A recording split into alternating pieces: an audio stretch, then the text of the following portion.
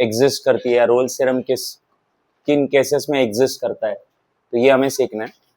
तो basically Rolle's theorem जो है वो कंटिन्यूअस रियल वैल्यूड फंक्शन के लिए एग्जिस्ट करता है। कंटिन्यूअस आप जानते हो 11th स्टैंडर्ड में हमने पढ़ा है, जिस फंक्शन का ग्राफ कंटिन्यूअस होता है ऐसे फंक्शन को हम लोग क्या बोलते हैं, कंटिन्यूअस फंक्शन। और रियल वैल्यूड मतलब ऑफकोर्स उसका जो आंसर आएगा वो कोई रियल नंबर आएगा ऐसा। तो ध्यान देना मैं क्या बोल रहा हूँ, ये जो रोल्स थ्योरम है वो ऐसे फंक्शन के लिए एग्जिस्ट करता है। पहली चीज तो वो कंटिन्यूअस होना चाहिए, दूसरा उसके 2 पॉइंट के लिए फंक्शन की वैल्यू सेम होनी चाहिए। उस फंक्शन की वैल्यू 2 पॉइंट के लिए क्या होनी चाहिए, मतलब ऐसा f of x is equal to x square plus 3x plus 5 है ना, तो एटलीस्ट ऐसे 2 नंबर होने चाहिए जो नंबर अगर मैं इधर एक एक करके पुट करूं तो आंसर सेम आए। आंसर क्या है, तुम बोलोगे सर ऐसा फंक्शन सच में एग्जिस्ट करता है क्या, तो वो अभी यहां से बोलना डिफिकल्ट होगा, बट आपको पता है कि हर फंक्शन का कुछ ना कुछ ग्राफ होता है। तो सपोज कोई फंक्शन है मेरे पास जिसका ऐसा ग्राफ है, तो अब मुझे बताओ यहाँ पे एक पॉइंट है और यहाँ पे भी एक पॉइंट है। अगर इस पॉइंट का मैं एक्स कोऑर्डिनेट तुमसे पूछूं तो मान लो ये पूरे डिस्टेंस को मैं ए बोल देता हूं, तो इसका एक्स कोऑर्डिनेट ए रहेगा और इसका वाई एक्स कोऑर्डिनेट जो है ऑफकोर्स अलग रहेगा, तो इसका एक्स कोऑर्डिनेट को मैं बी बोल रहा हूं। बराबर है। फंक्शन का इक्वेशन है मान लो y is equal to f of x. तो अगर मैं x कोऑर्डिनेट इधर पुटअप कर देता हूं तो मुझे y कोऑर्डिनेट मिलेगा। तो ये जो पॉइंट A है उसका x कोऑर्डिनेट अगर A है तो y कोऑर्डिनेट कितना आएगा, f ऑफ a। मतलब फंक्शन की वैल्यू, फंक्शन मतलब y की वैल्यू, तो अगर x की जगह पे अगर आपने a पुटअप कर दिया तो ये आएगा f ऑफ a। एग्रीड। और x की वैल्यू आपकी क्या है, b है, तो अगर इधर b पुटअप किया तो y की वैल्यू आएगी f ऑफ b। बराबर है। बट आप देख सकते हो दोनों के y कोऑर्डिनेट जो है वो बिल्कुल क्या है, सेम है। मतलब इसका y coordinate f of a है, इसका y कोऑर्डिनेट वैल्यू में डिफरेंट नहीं दिख रहा है, बट क्या डिफरेंट है, क्योंकि ये जो डिस्टेंस होता है वही y कोऑर्डिनेट है। तो मतलब f of a is equal to क्या हुआ, f ऑफ b हुआ। तो हो गया ना, 2 पॉइंट के लिए फंक्शन की वैल्यू क्या होगी, सेम हुई। तो पहली चीज ये कैसे पॉसिबल है, पहली चीज तो फंक्शन कंटिन्यूअस है इसलिए ये पॉसिबल है, राइट। ये a से लेके b तक वो क्या है, कंटिन्यूअस है फंक्शन, इसलिए वो पॉसिबल है, राइट। डिफरेंशिएबल भी है, कंटिन्यूअस भी और राइट, ओके। मतलब उसका डेरिवेटिव भी निकल सकता है, ठीक है। स्लोप निकलेगा मतलब डेरिवेटिव निकलेगा, राइट। तो ऐसे फंक्शन के लिए कौन अप्लाई होता है बोलो, रोल्स थ्योरम। इस फंक्शन के लिए अप्लाई होगा। रोल्स थ्योरम तो इस वाले फंक्शन के लिए भी अप्लाई हो सकता है ऐसा। क्यों, अगर यहाँ पे भी 2 पॉइंट लिया, एक P और एक लिया Q, इसका x कोऑर्डिनेट अगर परपेंडिकुलर ड्रॉ किया तो इसको मैंने A बोल दिया, तो x कोऑर्डिनेट अगर A है तो ऑफकोर्स y कोऑर्डिनेट क्या आएगा, f of a। x coordinate इधर पुट करने का, इसका भी x कोऑर्डिनेट मैंने ढूंढ लिया, तो ये सपोज मान लो ये b है, यहां से यहां तक b है, राइट। तो फिर अगर x कोऑर्डिनेट b है तो y कोऑर्डिनेट क्या रहेगा, बट अगर ग्राफ में मैं y कोऑर्डिनेट देखूं तो वो इधर रहेगा, तो once again f of a is equal to क्या आएगा, मतलब दोनों का y कोऑर्डिनेट सेम है, मतलब फंक्शन की वैल्यू a और b के लिए क्या है, मतलब फंक्शन में x की जगह पे a पुट करो या फंक्शन में x की जगह पे b पुट करो, आंसर क्या आ रहा है, सेम आ रहा है। मैं वही तो बोल रहा था कि जिस भी फंक्शन में 2 अलग अलग पॉइंट के लिए फंक्शन की वैल्यू क्या है, सेम है, उस फंक्शन में ये रोल्स थ्योरम क्या होता है, अप्लाई होता है। बराबर है। अब तुम बोलोगे चलो ठीक है सर अप्लाई तो हो गया, आगे क्या, राइट। मान लो हमें ये समझ में आ गया कि यहाँ पे रोल्स थ्योरम अप्लाई हो रहा है, बट अप्लाई हो रहा है ठीक है, उसके आगे क्या, ठीक। तो उसके आगे सुन लो। तो अब यहाँ पे रोल्स थ्योरम अप्लाई हुआ। अब आप देखो यहाँ पे ध्यान देना, मुझे बताओ ये 2 पॉइंट के बीच में कम से कम एक पॉइंट ऐसा है जहां पे tangent parallel to x axis है। कम से कम एक ऐसा पॉइंट है जहां पे टैंजेंट पैरेलल टू, कौन है वो पॉइंट, यहाँ पे देखो ये जो टैंजेंट है, कर्व की टैंजेंट, अरे है नहीं, तो ये पैरेलल टू क्या है, तुम बोलोगे तो tangent parallel to x axis है तो क्या? अरे भाई टेंजेंट का मतलब tangent parallel to x axis है, इसका मतलब ये हुआ स्लोप ऑफ टेंजेंट, ठीक है, slope of tangent at this point, ये जो भी पॉइंट है वहां पे स्लोप ऑफ टेंजेंट जो है वो क्या होगा? जीरो होगा। बट स्लोप ऑफ टेंजेंट मतलब dy by d x, dy by, अच्छा ये कब? When x is equal to, अच्छा इसके कोऑर्डिनेट जरा ले लो, तो इसका x कोऑर्डिनेट मान लो, मुझे यहां से यहां तक मैं इसके x कोऑर्डिनेट को c बोल रहा हूँ, x कोऑर्डिनेट क्या बोल रहा हूँ? तो x की जगह पे अगर आपने c पुटअप कर दिया, यहाँ पे c है ना, मुझे पता है ये थोड़ा सा समझने के लिए थोड़ा दिमाग लगाना पड़ेगा, ज्यादा दिमाग नहीं, बहुत इजी है। x की जगह पे क्या पुट कर दिया? c, तो y की वैल्यू क्या आएगी? f ऑफ c, ठीक है। आगे सुनना मैं क्या बोल रहा हूँ। तो x की जगह पे c पुट कर दिया तो आंसर कितना आ रहा है बोलो? पक्का है, बिकॉज वो स्लोप किससे पैरेलल है? नहीं स्लोप नहीं, टेंजेंट x एक्सिस से पैरेलल है, तो x एक्सिस का स्लोप जीरो है, इसलिए टेंजेंट का भी स्लोप क्या रहेगा? क्योंकि पैरेलल वालों का स्लोप क्या होता है? इक्वल होता है, जीरो नहीं सेम होता है। तो इसका स्लोप जीरो, तो इसका स्लोप भी क्या रहेगा? तो एक बात बताओ, आगे और सोचो, मैं इधर बता देता हूँ, dy बाई डी एक्स है ना, तो d upon d x, y को मैं अगर f ऑफ x बोल देता हूँ, तो derivative of f of x with respect to x क्या आएगा? f dash of x। तो हमारा आगे क्या लिखूंगा मैं? f dash of x is equal to क्या है? बट कब? जब x की जगह पे क्या पुट किया? c। तो आप लोगों को ऐसा बोलना चाहिए कि f डैश ऑफ c जो है वो क्या आया है बोलो? जीरो आया, f dash of c is zero.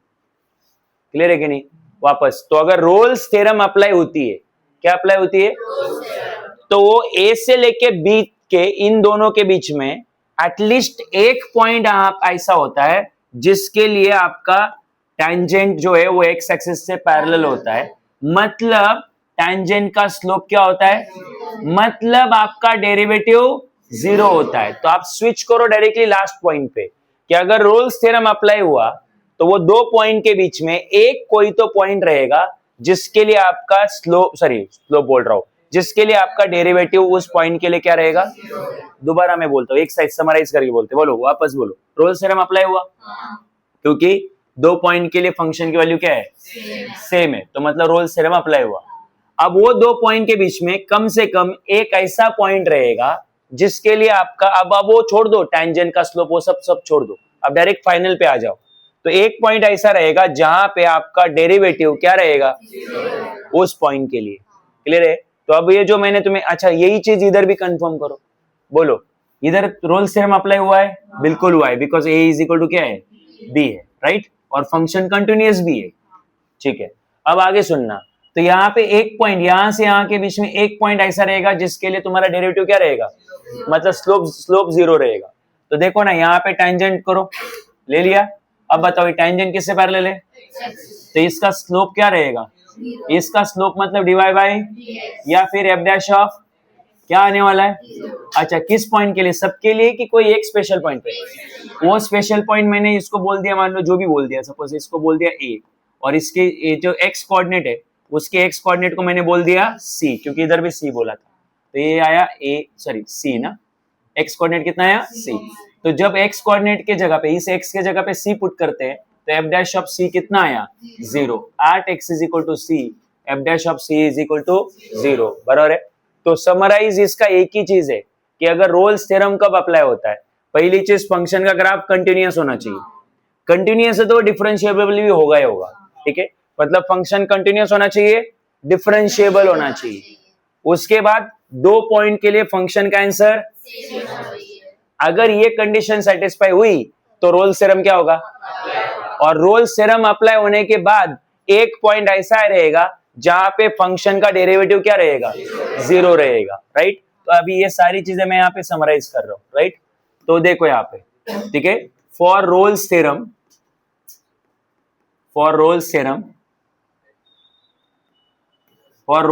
To be applicable, अगर रोल्स थ्योरम को एप्लीकेबल बनना है तो पहला क्या है बोलो? Function should be continuous in close interval a b, उसके बाद function should be differentiable in, differentiable लेते टाइम ओपन इंटरवल लेना, क्या लेना, क्योंकि उसके बीच में डिफरेंशिएबल होना चाहिए, उन दोनों के ऊपर नहीं। और तीसरा condition f of a should be equal to f of b, मतलब फंक्शन में ए पुट करेंगे बी पुट करेंगे तो आंसर क्या आना चाहिए। देन अगर ये तीनों कंडीशन सेटिस्फाई हुई, then there exist a point for which x is equal to c, there exists a point x is equal to c, एक पॉइंट एग्जिस्ट करता है जिसका x कोऑर्डिनेट कितना है, c है, सच दैट वो c के लिए क्या स्पेशल है, वो c के लिए आपका डेरिवेटिव जो है फंक्शन का, मतलब फंक्शन के डेरिवेटिव में जब x की जगह पे क्या पुट करेंगे, c, आंसर क्या आने वाला है, 0 आने वाला है। Then there exist a point x is equal to c such that derivative of function when we put c at place of x is 0, बस खत्म, यही है रोल्स थ्योरम। तो ये तीनों पॉइंट जो है वो ये चेक करते हैं कि रोल्स थ्योरम अप्लाई होगा कि नहीं होगा, और आगे वाला पार्ट रोल्स थ्योरम अप्लाई होने के बाद आता है। नहीं समझा, बाउंसर है क्या, श्योर है क्या। अभी इसके ऊपर एक आध दूसरा क्वेश्चन देखते हैं हम लोग। अच्छा, बट क्वेश्चन सॉल्व करने के पहले आपको कुछ 11th स्टैंडर्ड का बेसिक्स याद आना चाहिए, कंटिन्यूअस फंक्शन का बेसिक्स, राइट। पहला इधर आंदो, आपके पास अलग अलग टाइप के फंक्शन होते हैं, तो सबसे बेसिक टाइप का फंक्शन आप लोग जो देखते हो वो पॉलिनोमियल देखते हो, कौन सा, x square plus 3x plus 5x, ऐसे प्लस 6, इस टाइप का दिखने वाला जो फंक्शन होता है वो क्या होता है, पॉलिनोमियल होता है, समझा कि नहीं। ऐसा फंक्शन कभी भी डिसकंटिन्यूअस नहीं आता। तुम में से जो 11 में नहीं था या जिसको 11 का याद नहीं आ रहा है वो बोलेगा सर डिसकंटिन्यूअस नहीं आना मतलब, तो देखो अगर किसी फंक्शन का आंसर नॉट डिफाइंड आता है तो हम लोग बोलते हैं वो डिसकंटिन्यूअस हो गया, क्या हो गया, और अगर नॉट डिफाइंड आ ही नहीं रहा आंसर कभी भी, मतलब वो फंक्शन हमेशा क्या है। तो अभी मैं x की जगह पे 1 पुट करूं, 2 पुट करूं, 3 पुट करूं, -1 पुट करूं, -2 पुट करूं, कभी भी आंसर नॉट डिफाइंड आने वाला है क्या। आपको पता है ना नॉट डिफाइंड आंसर कब आता है, जब नीचे 0 आए, ठीक है नहीं, या 0/0 आए, या 0 का पावर 0 आए, इन सारे केसेस में आपके आंसर क्या आता है, नॉट डिफाइंड। यहाँ पे ऐसा होने वाला है क्या, क्योंकि यहाँ पे डिनोमिनेटर ही नहीं है, तो ये कभी भी नॉट डिफाइंड होने वाला। तो पॉलिनोमियल फंक्शन जो है वो हमेशा क्या होता है, polynomial function is always continuous, defined होता है मतलब कंटिन्यूअस। अरे आया नहीं, ओके। दूसरा कॉमन फंक्शन आप जो देखते हो वो है एक के नीचे एक दो पॉलिनोमियल, मतलब जैसे कि x square plus 3x plus 5 और नीचे है एक्स स्क्वायर माइनस 4, अरे नहीं, ओके। तो ये दो पॉलिनोमियल डिवाइड में आ गए। तो ऐसा फंक्शन कब डिसकंटिन्यूअस होता है, ये हमेशा ही कंटिन्यूअस होता है, बट एक ही बार ये डिसकंटिन्यूअस होगा जब भी इसका डिनोमिनेटर 0 आएगा, जब भी इसका, ठीक है, it is continuous, it is always continuous, it is always continuous except इसका जो डिनोमिनेटर है is 0, sorry except denominator is equal to 0। अरे ये न्यूमरेटर है और ये डिनोमिनेटर है। अच्छा, रैशनल फंक्शन किसको बोलते हो ना, मैं ना इस फंक्शन को बोलते हैं रैशनल। रैशनल का मतलब ऊपर भी पॉलिनोमियल नीचे भी, इसको बोलते हैं रैशनल। और रैशनल फंक्शन हमेशा क्या होता है, बस डिनोमिनेटर क्या नहीं होना चाहिए, है ना। जब भी डिनोमिनेटर 0 रहेगा तो फंक्शन क्या हो जाएगा, discontinuous. Whenever denominator is 0 function will become, otherwise it is, समझा, ओके। तुम बोलोगे बेसिक्स का हम लोग क्या करेंगे, तुमको पता नहीं है, बट ये सबसे इंपॉर्टेंट पार्ट है क्वेश्चन सॉल्व करने के लिए, तुम्हें पता चल जाएगा थोड़ी देर में। तीसरा है logarithmic function. Logarithmic function, logarithmic function कैसा दिखता है रे? ऐसा दिखता है, ठीक है। ये फंक्शन हमेशा कंटिन्यूअस होता है एक्सेप्ट जब ये x निगेटिव हो। मतलब अगर x जब तक पॉजिटिव है तब तक ये लॉगरिथमिक फंक्शन हमेशा कंटिन्यूअस रहेगा। जब ये निगेटिव होगा तो ये डिसकंटिन्यूअस हो जाएगा। क्यों? क्योंकि निगेटिव का लॉग एग्जिस्ट करता, ठीक है। It is always continuous, continuous for all x greater than 0 या फिर फॉर पॉजिटिव रियल नंबर, ठीक है। तो जब भी x की जगह पे क्या रहेगा बोलो? Positive real number, x belongs to positive real number. तो पॉजिटिव रियल नंबर जब तक है x की जगह पे, लॉगरिथमिक फंक्शन हमेशा क्या रहेगा? कंटिन्यूअस। तुम्हें कंटिन्यूटी चेक करते बैठने की जरूरत, तुम अभी भी तुम्हारे माइंड में डाउट रहेगा मैं ये सब बेसिक क्यों करवा रहा हूं भाई। तुमको ना पहला क्वेश्चन आता है, मतलब क्वेश्चन एक टाइप 1 क्वेश्चन आता है, check whether Rolle's theorem is applicable और नॉट। तो पहला कंडीशन ये है कि वो फंक्शन क्या होना चाहिए, तो तुम्हें कंटिन्यूटी चेक करनी पड़ेगी। अब कंटिन्यूटी चेक करना क्या इजी है क्या? आपने 11 में सीखा है 4-4 3-3 मार्क्स के क्वेश्चन आते थे, बहुत कितना सारा लिमिट, बड़ा लिमिट सॉल्व करना पड़ता था, याद है क्या? LHL is equal to RHL, याद है?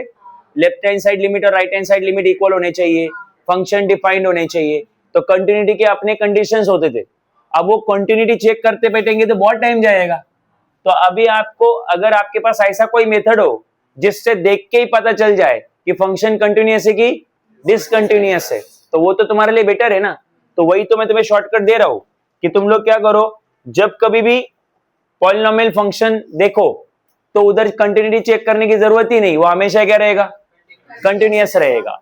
जब कभी भी रैशनल फंक्शन देखो तो बस इतना देखना कि उसका डिनोमिनेटर 0 है क्या नहीं है। अगर उसका डिनोमिनेटर 0 नहीं है मतलब वो हमेशा क्या है? कंटिन्यूअस है। कंटिन्यूटी चेक करते बैठने की जरूरत। अगर लॉगरिथमिक फंक्शन आया, मतलब लॉग वाला क्वेश्चन आया, तो बस देखना कि x के जगह पे सारे पॉजिटिव है कि नहीं। सारे पॉजिटिव है तो कंटिन्यूटी चेक करने की जरूरत नहीं, हमेशा क्या रहेगा? कंटिन्यूअस रहेगा। तुम्हें समझ में आया कि नहीं? ओके, फोर्थ है ट्रिग्नोमेट्रिक फंक्शन।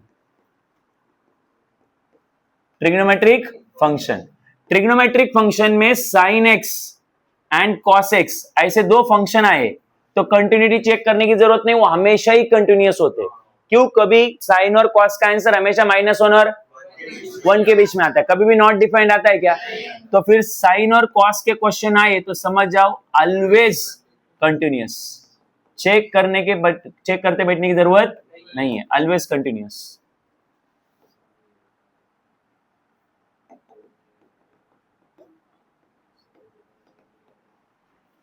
बराबर है? अच्छा, इधर आंदो अभी यहाँ पे। बट अगर ट्रिग्नोमेट्रिक फंक्शन tan x आया, ट्रिग्नोमेट्रिक फंक्शन sec x आया, cot x आया, आगे आगे लेता हूं मैं। Fifth, tan x, cot x, cosec x और sec x, हमें पता है ये कभी कभी नॉट डिफाइंड होते हैं। जैसे y एक्सिस पे जितने भी एंगल आते हैं जी, उनके लिए tan का आंसर नॉट डिफाइंड होता है, tan 90। तो फिर discontinuous if x belongs to odd multiple of π/2। जब भी x की वैल्यू ऑड मल्टीपल ऑफ π/2 में आएगी तो ये फंक्शन क्या होता है? डिसकंटिन्यूअस। Otherwise continuous. अदरवाइज मैं खाली डिसकंटिन्यूअस कब होगा वो लिख रहा हूं क्योंकि आपको वही देखना है। अच्छा, cot 0 क्या होता है? Not defined. तो मतलब x एक्सिस के एंगल के लिए नॉट डिफाइंड है ये। मतलब क्या? Discontinuous if x belongs to multiple of pi. Multiple of, तो जब भी मल्टीपल ऑफ पाई एंगल रहेगा ये फंक्शन हमेशा डिसकंटिन्यूअस रहेगा। कोसेक x, तो ये भी 90 के लिए नॉट डिफाइंड होता है ना ये। तो discontinuous if x belongs to odd multiple of π/2, ठीक है। एंड द लास्ट वन है ना, बोलो ये कब नॉट डिफाइंड होता है? बोलो हाँ नहीं, ये तो मैंने रॉन्ग लिखा क्या? कोसेक 0 जो होता है वो नॉट डिफाइंड होता है, तो ये multiple of pi, multiple of pi. Cosec 0 not defined होता है ना, कोसेक 90 तो 1 होता है, तुम लोग भूल गए हो। बोलो सेक एक्स, सेक 0 1 होता है, बट सेक 90 क्या होता है? Not defined. तो discontinuous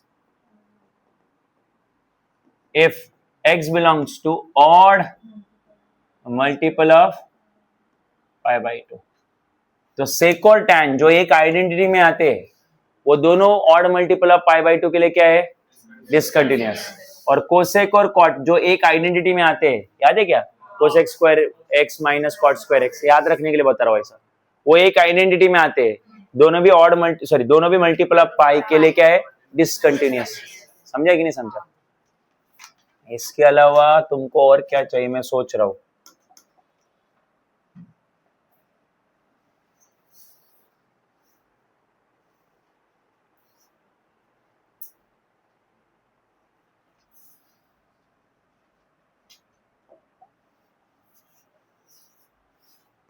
constant function, constant function का मतलब समझता है क्या? मतलब खाली नंबर आया, जैसे कि f of x is equal to 5 आया, कभी चेंज होने वाला है क्या? हमेशा ही 5 आएगा। तो इसका आंसर नॉट डिफाइन आना पॉसिबल है क्या? क्योंकि ये चेंज ही नहीं होता। तो ये कांस्टेंट फंक्शन हमेशा क्या होगा? कंटिन्यूअस होगा, always continuous, always continuous. Continuity check करने का जरूरत ही नहीं है। और हाँ, एक्सपोनेंशियल फंक्शन। एक्सपोनेंशियल फंक्शन मतलब कौन? ई रेशो द एक्स, ठीक है, या फिर ए रेशो द एक्स, ठीक है नहीं? तो ये जो ए है, ए का तो कोई दिक्कत नहीं, ये जो है ए, राइट, तो ए तुम्हारा 0 नहीं होना चाहिए और एक्स भी क्या नहीं होना चाहिए? 0 नहीं होना चाहिए। मतलब 0 का पावर 0 सिचुएशन नहीं आनी चाहिए। अदरवाइज क्या है? मतलब अदरवाइज कंटिन्यूअस है, ओनली इसके लिए डिसकंटिन्यू। तो ये भी है always continuous,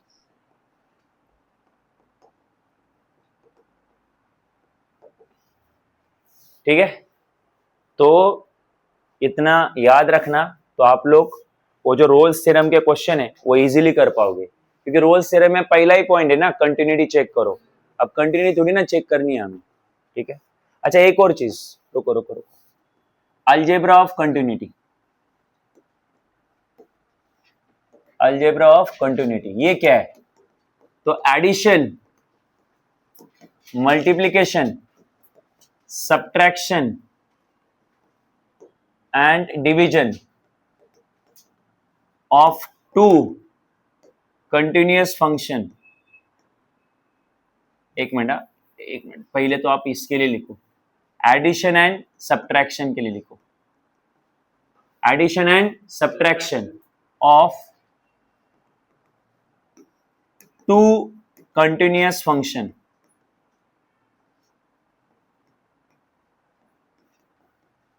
is always continuous function।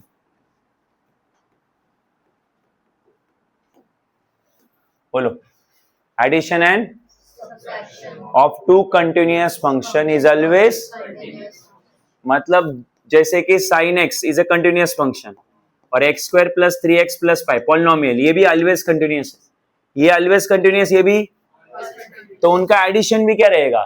Always continuous. Check करते बैठने की जरूरत। अच्छा ये कंटिन्यूअस, ये कंटिन्यूअस है, उनका सब्ट्रैक्शन किया तो वो भी क्या आने वाला है? कंटिन्यूअस ही आने वाला है। चेक करते बैठने की जरूरत। अच्छा मल्टीप्लीकेशन के लिए भी वैसे ही, multiplication of two continuous function is also continuous function, is also continuous function, right? मतलब sin x into x square plus 3x plus 5। अब बताओ ये कंटिन्यूअस, ये भी, तो फिर ये दोनों का मल्टीप्लिकेशन भी क्या रहेगा? कंटिन्यूअस। चेक करते बैठने की जरूरत। डिवीजन के लिए ऐसा नहीं होता, डिवीजन को चेक करना पड़ता है, ठीक है।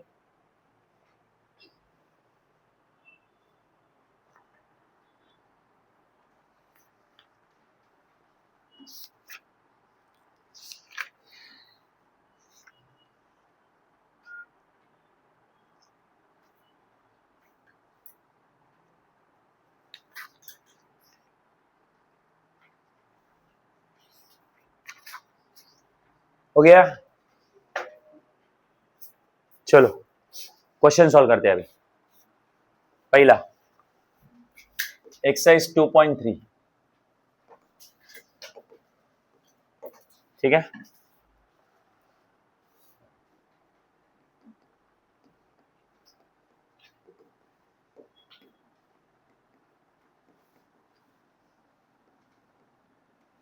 Check validity of Rolle's theorem, ठीक है। ये क्वेश्चन है पहला। F of x is equal to x square minus 4x plus 3 और x belongs to the close interval 1,3। वो जो दो पॉइंट होते हैं ना ए और बी, ए और वो दो पॉइंट दिए उन्होंने जिनके लिए हमें कंटिन्यूटी, मतलब जिसके बीच में हमें कंटिन्यूटी रोल्स, मतलब कहां से लेके कहां तक रोल्स थ्योरम एप्लीकेबल है कि नहीं चेक करना है। कहां से लेके कहां तक? 1 to 3 के बीच में रोल्स थ्योरम एप्लीकेबल है या ये चेक करना है। 1 to 3 है, ओके। तो रोल्स थ्योरम एप्लीकेशन के लिए तीन कंडीशन जरूरी है। पहला, वो फंक्शन कंटिन्यूअस होना चाहिए। अच्छा, वो कंटिन्यूअस निकला ना, वो डिफरेंशिएबल निकलता ही है। डिफरेंशिएबल चेक करने की जरूरत नहीं है, मतलब बस लिख दो कंटिन्यूअस है तो डिफरेंशिएबल होगा ही होगा। और तीसरा, वो उन दोनों पॉइंट के लिए फंक्शन का आंसर क्या होना चाहिए। अगर ये तीन कंडीशन सेटिस्फाई हुई तो फंक्शन नहीं, तुम्हारा रोल्स थ्योरम क्या होगा, एप्लीकेबल है। समझे कि नहीं?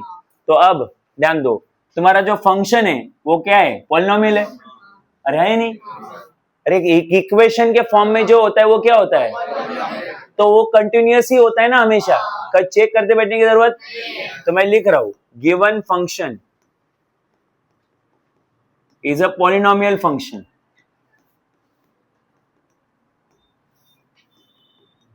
hence always continuous, always continuous। वो इंटरवल लिख देना,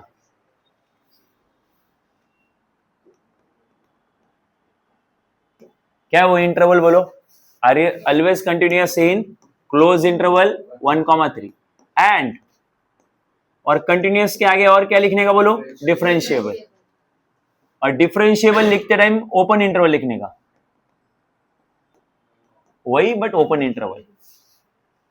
अच्छा, कंटिन्यूअस है कि नहीं चेक करना पड़ा, क्योंकि हमें नॉलेज है कि पॉलिनोमियल फंक्शन हमेशा क्या होता है। चल, तो पहली दो कंडीशन क्या हुई। तीसरी कंडीशन कि इस फंक्शन में x की जगह पे एक बार 1 पुट करेंगे और क्या आता है देखेंगे, क्या आएगा बोलो, 1 स्क्वायर माइनस 4 इंटू 1 प्लस 3। तो कितना आया, 1 minus 4 plus 3। 1 minus 4 minus 3 plus 3 कितना हुआ, 0। अब पुट करेंगे 3 पुट करेंगे, दूसरा पॉइंट 1 और 3 दोनों पुट करेंगे, तो क्या आएगा, 3 का स्क्वायर माइनस 4 इंटू 3 प्लस 3। 3 का स्क्वायर 9 होता है, minus 4 into 3 12 plus 3। 9 minus 12 minus 3 आगे प्लस 3 कितना आएगा, 0।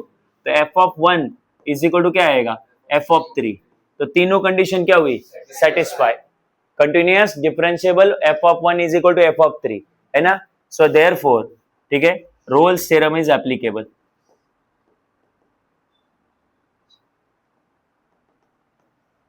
या वैलिड, क्या है, वैलिड है, मतलब आप लगा सकते हो इधर। समझा कि नहीं समझा, कि बाउंसर गया, ओके।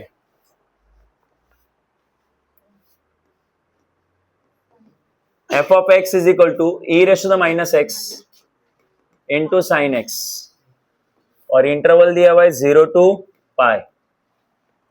अरे है नहीं, अब मुझे बताओ, ठीक से सुनना, ये दूसरा वाला,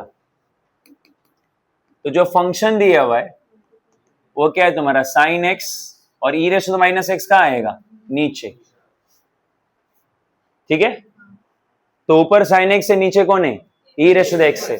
साइन के बारे में टेंशन ही नहीं, वो हमेशा क्या होता है, कंटिन्यूअस, हमेशा कंटिन्यूअस होता है। और ई रेशो द एक्स के बारे में भी टेंशन नहीं है, क्यों, क्योंकि ई तो एक पॉजिटिव नंबर है, और पॉजिटिव नंबर के पावर में, मतलब पॉजिटिव रियल नंबर है, उसकी पावर में जब 0 आएगा तो वो 1 होगा। बट 0 की पावर में 0 आएगा तो ही नॉट डिफाइंड होगा, बट ई तो फिक्स है ना, ई 2.57 है, ई फिक्स होता है, तो फिर इधर कभी 0 का पावर 0 कभी आने वाला, तो साइन एक्स हमेशा कंटिन्यूअस है, e raise to the x हमेशा भी, तो उनका डिवीजन भी क्या होगा, हाँ।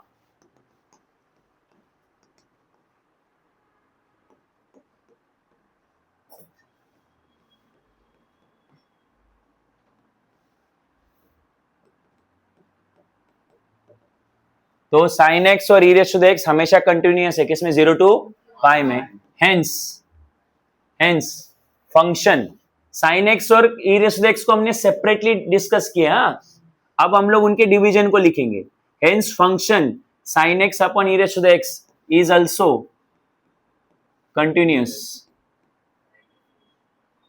continuous in 0 to pi and differentiable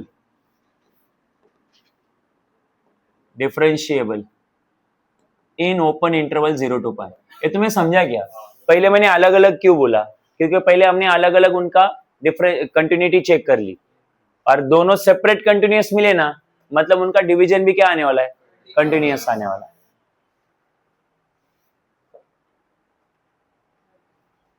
हो गया, अच्छा, फिर तो पहला दो कंडीशन सेटिस्फाई हुई, अभी अगली एक condition, f of a is equal to f of b, a मतलब 0 ना, तो क्या आएगा, sine 0 upon e raise to the 0, sine 0 0, e raise to 0 1, answer is 0। और एफ ऑफ पाई क्या है, ऊपर एक्स की जगह पे पाई ना, e raise to the pi upon e raise to the pi, तो साइन 180 0 होता है, e raise to the pi तो ई रेस टू पाई होता है, 0 अपॉन एनीथिंग इज व्हाट, 0, तो therefore f of 0 is equal to f of pi, तो हो गया ना condition satisfy, f of a is equal to f of b, तो हम लोग क्या बोलेंगे, रोल्स थ्योरम इज वैलिड, हो गया। तीसरा तुम करोगे, पॉलिनोमियल हो, तीसरा वाला पॉलिनोमियल हो, ठीक है, वो हमेशा ही कंटिन्यूअस होता है और डिफरेंशिएबल होता है, बस तुम्हें वो f of 1 is equal to f of 3 ये करना पड़ेगा, ठीक है, तो वो तुम्हारे लिए छोड़ रहा हूं मैं फोर्थ पे जा रहा हूं, फोर्थ है f of x is equal to sine x minus cos x plus 3, और इंटरवल दिया है x belongs to 0 to 2 pi. 2 minute के लिए इधर ध्यान दो, 2 मिनट के लिए इधर ध्यान दो, ये फंक्शन जो है वो एडिशन सब्ट्रैक्शन है, किस किस का, साइन एक्स का, कॉस एक्स का और 3 का, तो साइन हमेशा ही कंटिन्यूअस, अरे है नहीं, क्योंकि उसका आंसर कभी भी नॉट डिफाइंड आता, कॉस एक्स हमेशा ही, उसका आंसर कभी भी नॉट डिफाइंड आता, और 3 तो कांस्टेंट है, कभी चेंज नहीं होता, वो भी क्या, और कंटिन्यूअस फंक्शन का एडिशन सब्ट्रैक्शन भी, तो ये पूरा ही फंक्शन क्या है, हाँ।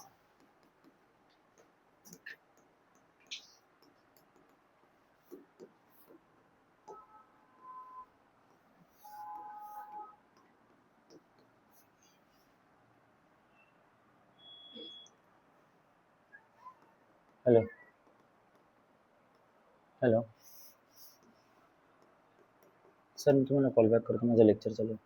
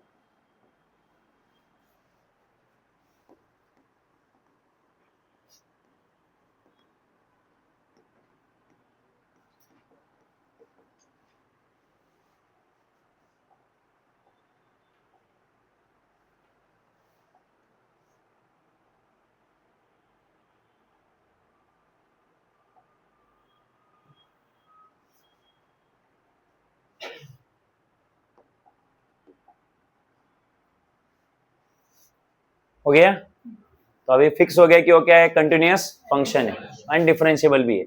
अब बस ये चेक करो कि एफ ऑफ जीरो और f of two pi same है कि नहीं। एफ ऑफ जीरो मतलब फंक्शन में जहां एक्स है वहां पे क्या पुट करने का, जीरो। तो sine zero zero, cos zero one, आगे थ्री, आंसर आएगा टू। फिर sign to pi, cos two पाई और प्लस थ्री। साइन टू पाई भी जीरो होता है, कॉस टू पाई वन होता है और ये थ्री, आंसर अगेन टू आया।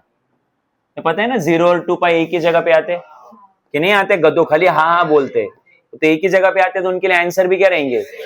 फिर f of zero is equal to f of two pi आ गया, तो क्या बोलेंगे, बोलो, Rolle's theorem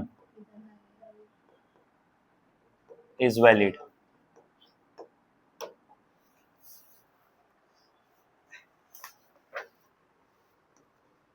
next function, function है x square if x is between zero to two. मतलब अगर आपने ए और बी की वैल्यू जीरो और टू ले ली, क्या ली, तो फंक्शन आपका एक्स स्क्वायर है। और अगर अगर आपने ए और बी की वैल्यू टू और सिक्स ले ली, क्या ली, टू और सिक्स, तो फंक्शन है six minus x, six minus x. तो जीरो टू टू के लिए फंक्शन ये लेने का, और टू और सिक्स के लिए फंक्शन सिक्स माइनस एक्स लेने का। तो आपको रोल्स थ्योरम दो बार चेक करना पड़ेगा। तो पहला क्या होगा, पहला रहेगा for x belongs to two to six, two to six, दो दो दो है ना, सॉरी टू टू सिक्स नहीं यार, जीरो टू टू, पहला जीरो टू टू, ठीक है। तो जीरो टू टू के लिए फंक्शन क्या है, एक्स स्क्वायर, पॉलिनोमियल है वो। तो f of x is equal to x square is a polynomial function, is a polynomial function. hence always always continuous in closed interval 0 to 2 and differentiable in open interval 0 to 2, ठीक है। अब बस वो f of a is equal to f of b check कर लो। तो f of zero मतलब x की जगह पे जीरो, तो जीरो का स्क्वायर क्या आएगा, जीरो। और एफ ऑफ टू, एक्स की जगह पे टू, टू का स्क्वायर क्या आएगा, फोर। तो f of zero is not equal to f of two, मतलब Rolle's theorem is not valid in x belongs to, in x belongs to zero to two, इसके लिए वैलिड नहीं है। अब दूसरे के लिए चेक करेंगे, कौन है वो, for x belongs to two to six, function कौन है तुम्हारा, सिक्स माइनस एक्स। तो वो कॉम्बिनेशन है कांस्टेंट का और वेरिएबल का, एक्स का पावर वन, पॉलिनोमियल है ना ये, तो पॉलिनोमियल और कांस्टेंट है ना। और आपको पता है पॉलिनोमियल हमेशा ये होता है, कंटिन्यूअस होता है, और ये भी क्या होता है। और अलजेब्रा मतलब अलजेब्रा ऑफ कंटिन्यूअस फंक्शन क्या बोलता है, एडिशन, सब्ट्रैक्शन, मल्टीप्लिकेशन या डिवीजन कंटिन्यूअस है तो फंक्शन भी क्या रहेगा, कंटिन्यूअस रहेगा, ठीक है। Is a polynomial function, constant मत लिखो, छोड़ दो, आगे पॉलिनोमियल लिखो, is a polynomial function, hence always continuous in 2 to 6 and differentiable in open interval 2 to 6। अब बस f of 2 और f of 6 चेक करो। तो f of 2 आएगा 6 माइनस टू, जो आएगा 4। f of 6 आएगा 6 माइनस 6, है ना, जहां x है वहां पे एक बार 2 और एक बार 6, क्या आएगा, 0। तो f of 2 is not equal to f of 6, तो इधर भी तुम्हारा रोल्स थ्योरम क्या नहीं हुआ, वैलिड नहीं हुआ। तो Rolle's theorem is not valid for given function. अरे समझा क्या कि बाउंसर गया है।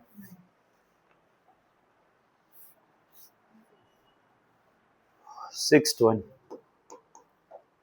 एफ ऑफ एक्स का पावर 2/3 ठीक है, x इज बिटवीन -1 to 1, बराबर है।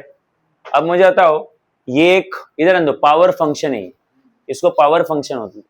पावर फंक्शन जो है 0 का पावर 0 आएगा तो ही नॉट डिफाइंड होता है, बट ये 0 का पावर 0 होने वाला है क्या?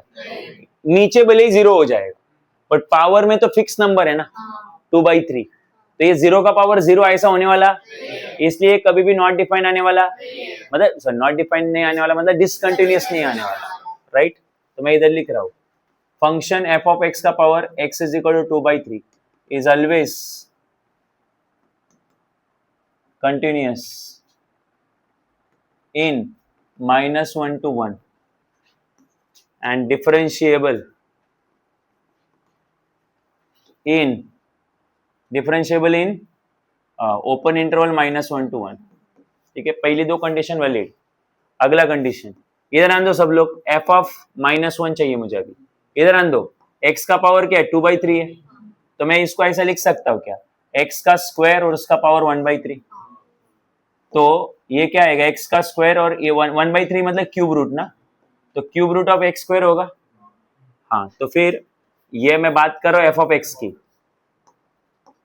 अब मुझे चाहिए f ऑफ -1, क्या होता है f ऑफ -1? जहां x है वहां पे क्या पुट करने का, तो क्यूब रूट ऑफ -1 का स्क्वायर, तो क्यूब रूट ऑफ कितना आया, 1 आया, क्यूब रूट ऑफ 1 इज 1।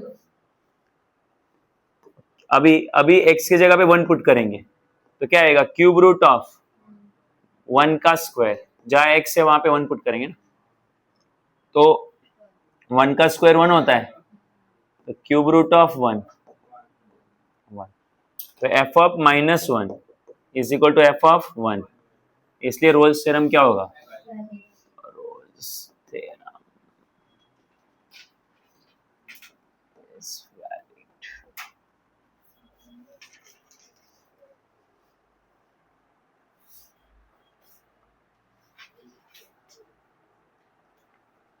हो गया। आगे क्वेश्चन नंबर 2, क्वेश्चन नंबर 2 ध्यान है तुम्हारा।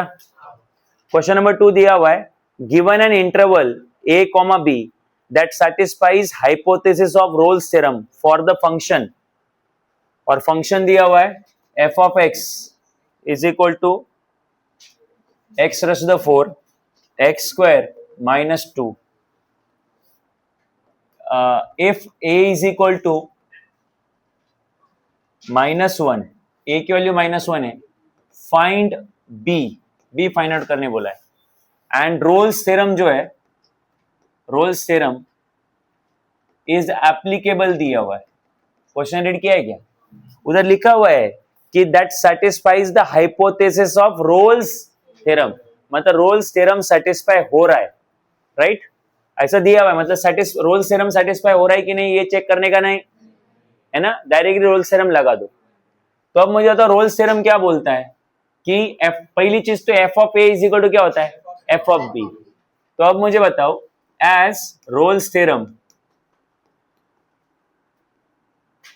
इज एप्लीकेबल, पहली कंडीशन ये है वो कंटिन्यूअस और डिफरेंशिएबल भी है, अरे बट उससे कुछ मिलने वाला वो छोड़ो, तीसरा वाले पॉइंट पे जाओ, f of a is equal to f of b, तो f of a is equal to f of b, अरे तो हमें ये पता है, तो सबसे पहले f ऑफ a निकालो, f ऑफ a कितना है बोलो, -1, a की वैल्यू -1 है ना, मतलब f of -1 is equal to f of b,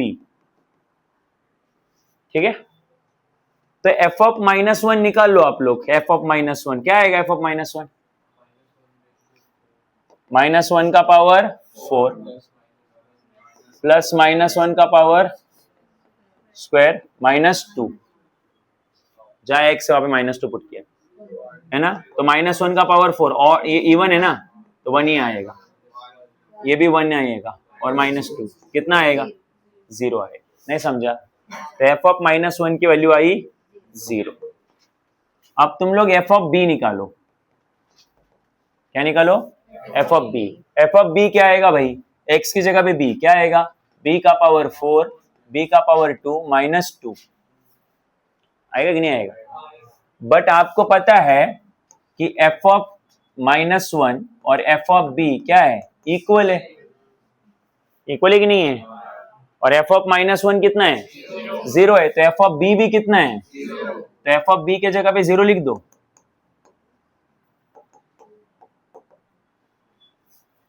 अरे समझा कि नहीं? अब इसको सॉल्व करना पड़ेगा, तो एक काम करो, बी स्क्वायर को ना एम एज्यूम करो, बी स्क्वायर वगैरह एज्यूम करो, तो ये क्या होगा, 0 इज इक्वल टू बी का पावर 4 है ना, मतलब ये एम स्क्वायर एम -2। तो अभी हमें क्वाड्रेटिक इक्वेशन को सॉल्व करना पड़ेगा, तो 1 इंटू, इसको ढंग से लिख रहा हूं, सॉरी, सो बोलो, तो 1 इंटू -2 दो नंबर जिनका मल्टीप्लीकेशन -2 हो और एडिशन 1 हो, तो वो है +2m -m, मल्टीप्लाई करोगे तो -2 आएगा, ऐड करोगे तो m आएगा, तो m कॉमन निकला तो अंदर आएगा m+2, -1 कॉमन निकला तो अंदर आएगा m+2, तो फैक्टर आए m-1 एंड m+2, तो m-1 is equal to 0 and m+2 is equal to 0, तो m is equal to 1 and m is equal to -2, but m का मतलब बी स्क्वायर होता है ना, तो b square is equal to 1 and b square is equal to -2, but square कभी negative होता, तो b square is equal to कितना लेंगे, 1, तो therefore b is equal to आएगा +-1, बराबर है, बट a ऑलरेडी क्या है, तो b -1 नहीं हो सकता, क्यों नहीं हो सकता, फिर वो एक ही हो जाएंगे ना, वो दो अलग अलग पॉइंट होने चाहिए ना, तो therefore as b is not equal to -1 as a is equal to -1, तो therefore b is equal to क्या लेंगे, +1। बाउंसर गया है क्या, दिमाग की बाहर है तुम्हारा, क्या बोला मैंने, तुम्हें नहीं समझा, b की वैल्यू +1 और -1 आई ना, तो अगर मैंने b को -1 लिया तो a खुद भी -1 है ना, तो वो एक ही पॉइंट हो जाएगा, बट हमें तो वो दो अलग अलग पॉइंट चाहिए ना, राइट। इंटरवल कब क्रिएट होगा, जब वो दो अलग अलग पॉइंट होंगे ना। डाउट है क्या, बाउंसर गया, और डायरेक्टली हमने f of a is equal to f of b ऐसा क्यों बोला, क्योंकि रोल्स थ्योरम क्या थी, वैलिड था, एप्लीकेबल था, वो मैंने नहीं बोला था, क्वेश्चन में लिखा था। Question number 3, verify Rolle's theorem for following function. देखो वैलिडिटी और वेरीफाई ये दो अलग अलग वर्ड है, वैलिडिटी बोला ना तो खाली तीन कंडीशन चेक करने का, कौन सा तीन कंडीशन, कंटिन्यूअस, डिफरेंशिएबल और f of a is equal to f of b, और अगर वेरीफाई करने बोला तो वो तीन कंडीशन तो करो ही करो, और आगे वो ये भी करो, वो पॉइंट भी ढूंढो, कौन सा पॉइंट, तुम्हें याद है क्या, रोल्स थ्योरम अगर एप्लीकेबल है तो दो पॉइंट के बीच में एक पॉइंट आता है जिसके लिए डेरिवेटिव क्या होता है, 0 होता है, तो वो भी करने का, अगर वेरीफाई का क्वेश्चन आया तो। मैं समझाता हूं मुझे बोलना क्या है, पहला क्वेश्चन ले लो, f of x is equal to क्या है, sine x plus cos x plus 7, और x belongs to 0 to 2 pi, x belongs to 0 to 2 pi. अब बताओ ये तुम्हारा साइन ऑलवेज ऑलवेज कंटिन्यूअस, ये भी ऑलवेज, और ये कांस्टेंट है ऑलवेज, और एडिशन भी क्या रहेगा, हाँ, तो ये फंक्शन हमेशा कंटिन्यूअस है, तो पहली दो कंडीशन सेटिस्फाई हुई, तो as using algebra of continuous function, algebra of continuous function, f of x is equal to sin x plus cos x plus 7 is always continuous in 0 to 2 pi and differentiable in open interval 0 to 2 pi, ठीक है। अभी वो check करो, F of 0 और f of 2 पाई भी check करो, तो f of 0 क्या आएगा, साइन 0 cos 0 7 0 1 7 8 sin 2 पाई cos 2 पाई 7। तो पता है जीरो एंगल और 2 पाई एंगल एक ही जगह पे आता है, तो sin 2 पाई 0 cos 2 पाई भी 1 1 1 और ये 7। आंसर कितना आएगा 8। तो f of 0 is equal to f of 2 pi. Rolle's theorem is valid. ठीक है, अब वैलिड है तो अभी चेक करना पड़ेगा। क्या चेक करना पड़ेगा? रोल्स थ्योरम में बोला था कि एक पॉइंट है 0 और 2 पाई के बीच में जहां पे डेरिवेटिव क्या आता है? 0 आता है। वो पॉइंट है कि नहीं चेक देखना पड़ेगा। तुम बोलोगे कैसे देखेंगे? बड़ा सिंपल है, तुम क्या करो, f डैश ऑफ x 0 ले लो। नहीं, ऐसा लिखो, देयर एग्जिस्ट अ पॉइंट, ऐसे लिखना पड़ेगा, there exist a point c belongs to open interval ab। अच्छा, ab हमारे पास है, ab कौन है भाई? 0 to 2 पाई। इधर देखो, मेरा लिखने का तरीका देखो, there exist a point c belongs to 0 to 2 pi such that f dash of c is equal to 0। मतलब फंक्शन का डेरिवेटिव c के लिए कितना आएगा? 0 आएगा। तो चलो फंक्शन का डेरिवेटिव पहले निकालो। तो फंक्शन का डेरिवेटिव है क्या? फंक्शन का डेरिवेटिव है sin x का डेरिवेटिव cos x का माइनस sin x, और 7 तो मर गया। अब उसमें x की जगह पे c पुट करो, x की जगह पे क्या पुट करो? तो क्या आएगा? cos c minus sin c। ठीक है, अब इस f डैश ऑफ c के जगह पे 0 पुट करो। क्या पुट करो? 0, क्योंकि रोल्स थ्योरम वैलिड है। तो f डैश ऑफ c के जगह पे 0 पुट करो, आगे कौन आएगा? cos c minus sin c। तो cos c minus sin c, minus sin c को इधर लेके आओ, तो 0 plus sin c is equal to क्या आएगा? cos c। तो sin c is equal to क्या आएगा? cos c, है ना? तो therefore c is equal to pi by 4। कैसे? सबको पता है cos 45 के लिए sin 45 और cos 45 क्या होता है? इक्वल होता है। अरे मेरे को अकेले को पता है कि sin और cos क्या है? सेम आए। तो फिर ऐसा कौन सा एंगल है जिसके लिए sin और cos सेम आते हैं? 45। अरे है नहीं? और ये एंगल 0 और 2 पाई के बीच में लाई करता है कि नहीं, वो देखो। हाँ, अगर नहीं करता होगा तो रोल्स थ्योरम वेरीफाई नहीं हुआ। वैलिड है बट वेरीफाई नहीं हुआ। बट जो C आया वो उस इंटरवल का रहेगा, तो रोल्स थ्योरम वैलिड भी है और वेरीफाई भी हुआ। तो अब बताओ, तुम्हें समझा ये क्या किया मैंने कि नहीं समझा? ओके, सो ये आया। मैं तुम्हें और सॉल्व करके दिखा सकता हूँ इजी वाला, बट ये तो इजी है ना, मतलब ये भी तो इजी। तो बोलो c is equal to pi by 4, ये बिलोंग करता है किसको? 0 और 2 पाई को। अच्छा, मुझे कैसे पता चला ये 0 और 2 पाई को बिलोंग करता है? तो ये 0 और 2 पाई क्या है? 360। तो हमें ऐसा एंगल चाहिए था जो 0 और 360 के बीच में आए। तो 45 नहीं है क्या उस बीच में? तो फिर ये c उसको बिलोंग करता है कि नहीं करता है? मतलब थ्योरम वेरीफाई हुआ। बट अगर c की वैल्यू इसके बाहर की आती तो मैं बोलता थ्योरम क्या नहीं हुआ? वेरीफाई नहीं हुआ। तो therefore hence Rolle's theorem is verified.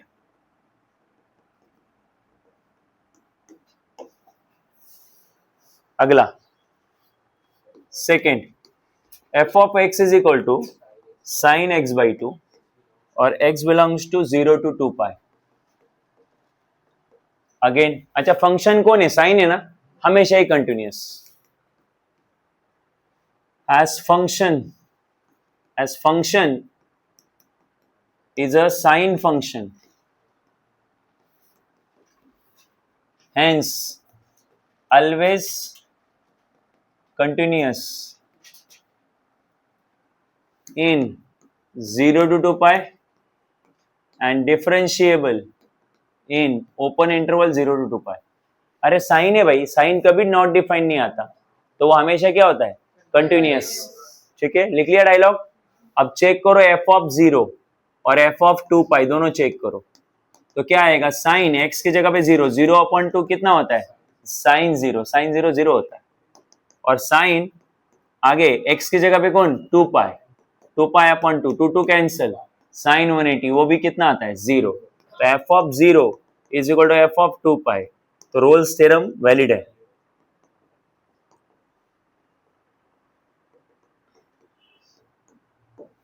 अब वो वेरीफाई है कि नहीं वो देखना पड़ेगा। तो नाउ देयर एग्जिस्ट, वही dialogue, a point C belongs to 0 to 2 pi such that f dash of C is equal to 0। ऐसा नहीं लिखा तो आधा मार्क कट हो जाएगा।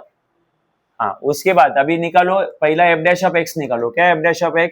साइन f of x का रेडियो क्या है भाई? cos f of x into derivative of f of x। तो x by 2 का डेरिवेटिव 1 by 2 आएगा, तो ये आएगा 1 by 2 into cos x by 2। ये हो गया f dash of x। Now x की जगह पे c पुट करो, तो वो हो जाएगा f dash of c 1 by 2 cos c by 2, बराबर है। बट तुम्हें पता है f dash of c के जगह पे क्या लेने का है? 0, क्योंकि हमें पता है f dash of c कितना होता है? 0 होता है। तो 0 into 1 by 2 cos c by 2, तो 2 इधर डिवाइड, इधर गया तो मल्टीप्लाई, तो 2 इंटू 0 0, और ये आएगा cos c by 2। अब बताओ cos में 0 कब आता है? cos में 0 आता है cos 90, है ना? तो cos और cos कैंसल, तो c by 2 is equal to आया pi by 2, 2 2 cancel, c is equal to कितना आया? पाई। अब जो नंबर आया, जो आंसर आया, वो 0 और 2 पाई के बीच में होता है कि नहीं होता है? 0 मतलब 360, 0 और 2 पाई मतलब 360, तो 0 और 360 के डिग्री के बीच का एंगल चाहिए था, और ये एंगल 180 डिग्री आया। तो हम लोग क्या लिखेंगे? पाई बिलोंग्स टू 0 टू 2 पाई, तो therefore roles theorem is verified.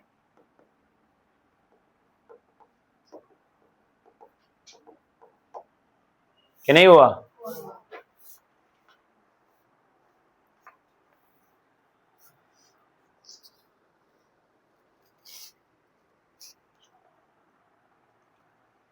चलो करो तुम लोग ये वाला,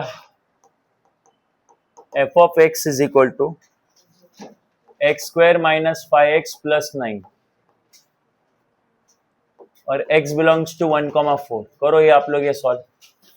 फंक्शन पॉलिनोमियल है, हमेशा ही कंटिन्यूअस और हमेशा ही डिफरेंशिएबल है कि नहीं? बस f of 1 और f of 4 सेम आते हैं कि नहीं देखो। सेम आए तो डेरिवेटिव निकालो, डेरिवेटिव निकालने के बाद x के जगह पे क्या पुट करो? c, है ना? और इक्वल टू डेरिवेटिव को 0 लेके c की वैल्यू निकालो, और c की वैल्यू किसके बीच की आनी चाहिए? 1 और 4 के बीच की।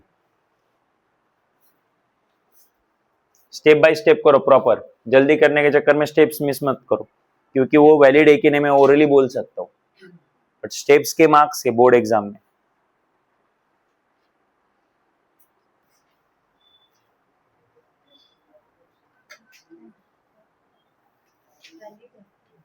हुआ क्या?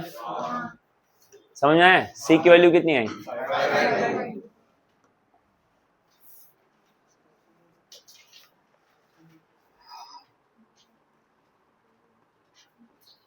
Question number 4, if the Rolle's theorem holds for the function, hold मतलब वैलिड है,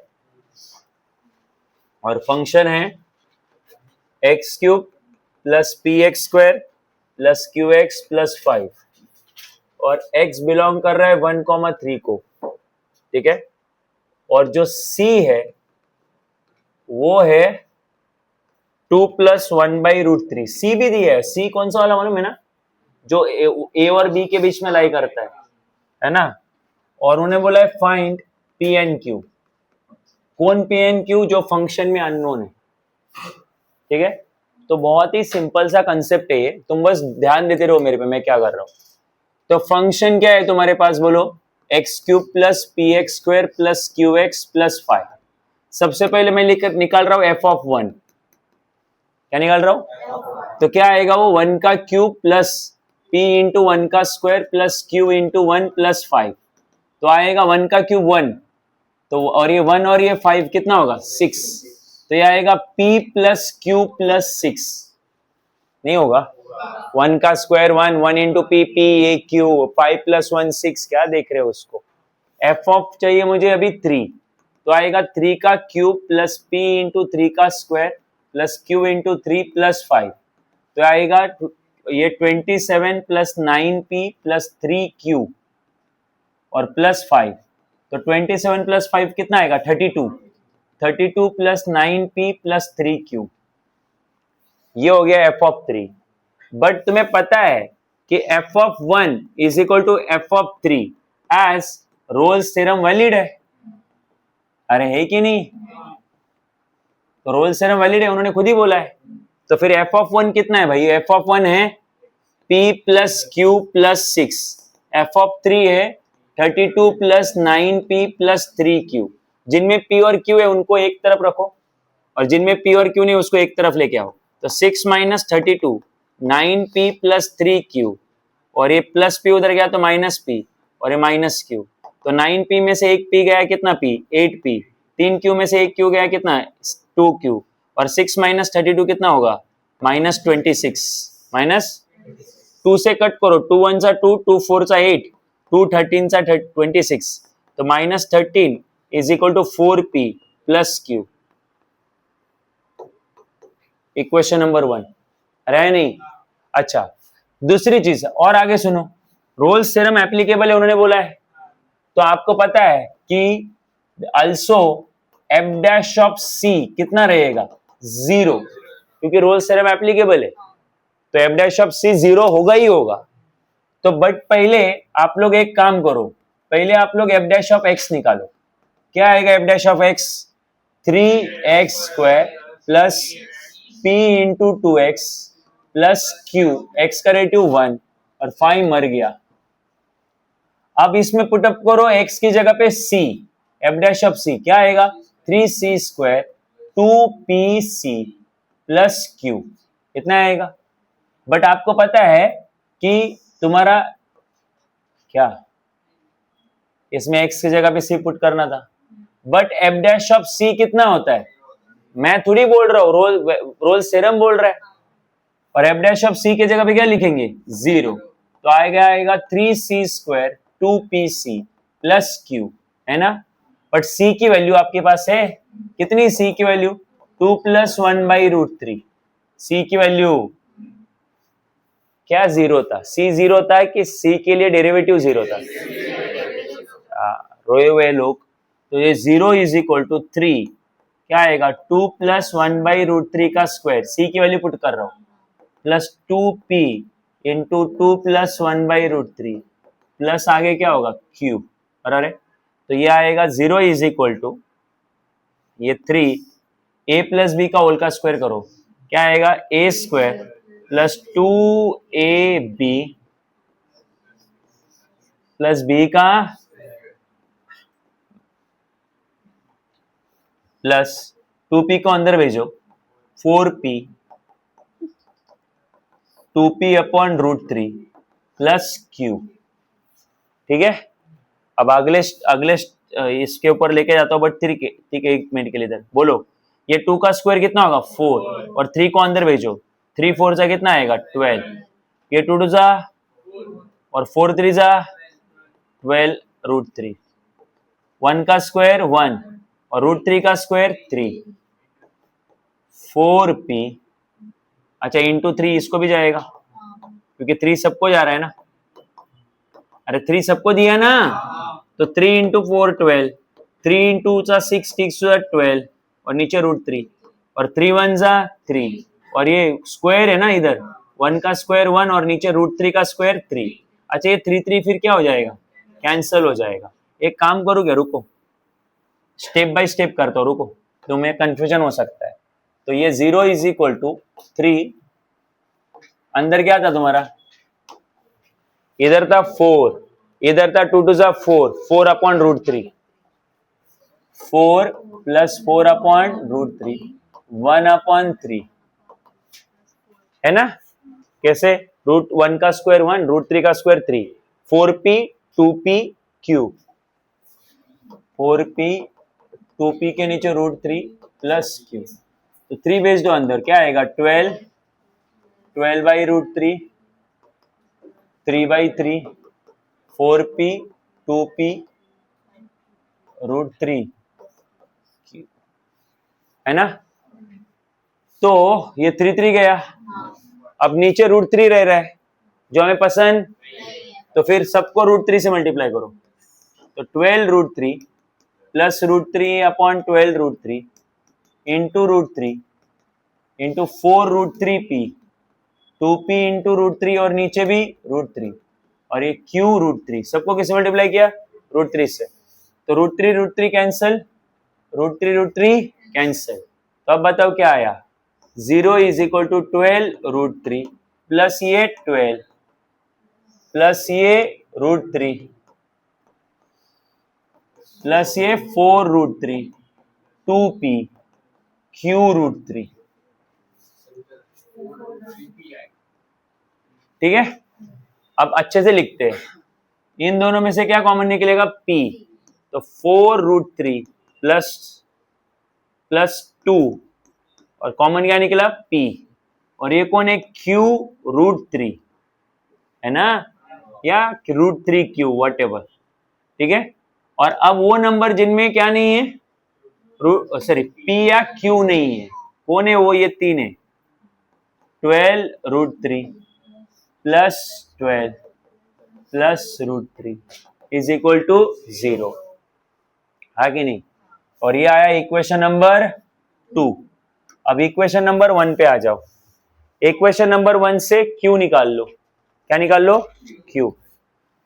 तो यहां से अगर q निकाल लिया तो कितना आएगा 4p इधर आएगा -13 - 4p is equal to q, -13 - 4p is equal to q और इसमें पुटअप कर दो तो 4√3p प्लस 2p ये अंदर भेज दिया प्लस ये √3 और q की वैल्यू -13 - 4p -13 - 4p और ये q नहीं q की तो वैल्यू है ठीक, और ये 12√3 plus 12 plus √3 is equal to 0। So ये 4√3p प्लस 2p प्लस अच्छा प्लस और ये माइनस 13√3p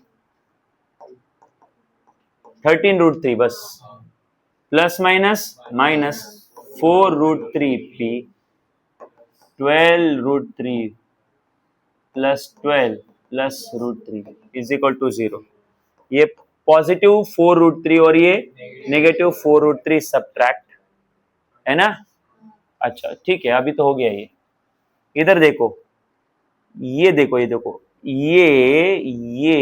और ये 0 हो जाएंगे। कैसे, ये 12√3 है, ये 12 है और ये 13 है, ये माइनस है और ये तो 13 में से 12 गए, कितना बचेगा 1√3, वो भी negative.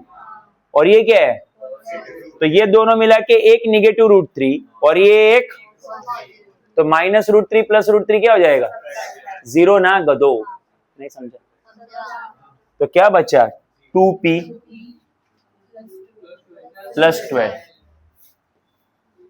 2p plus 12 is equal to 0। तो 2p इज इक्वल टू -12 6। ठीक है, और q का वैल्यू क्या था -13 - 4p -13 - 4p ये q था।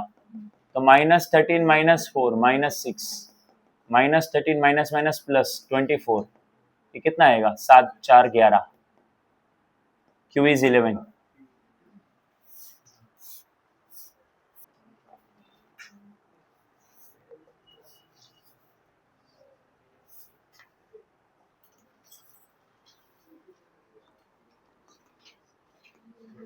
क्वेश्चन नंबर 5 क्या लिखा है क्वेश्चन नंबर 5 देखो, roles theorem holds for the function, और फंक्शन दिया हुआ है x-2 इंटू लॉग x और x बिलोंग्स दिया है 1,2। शो दैट इक्वेशन क्या है, इक्वेशन बोलो x log x is equal to 2 minus x is satisfied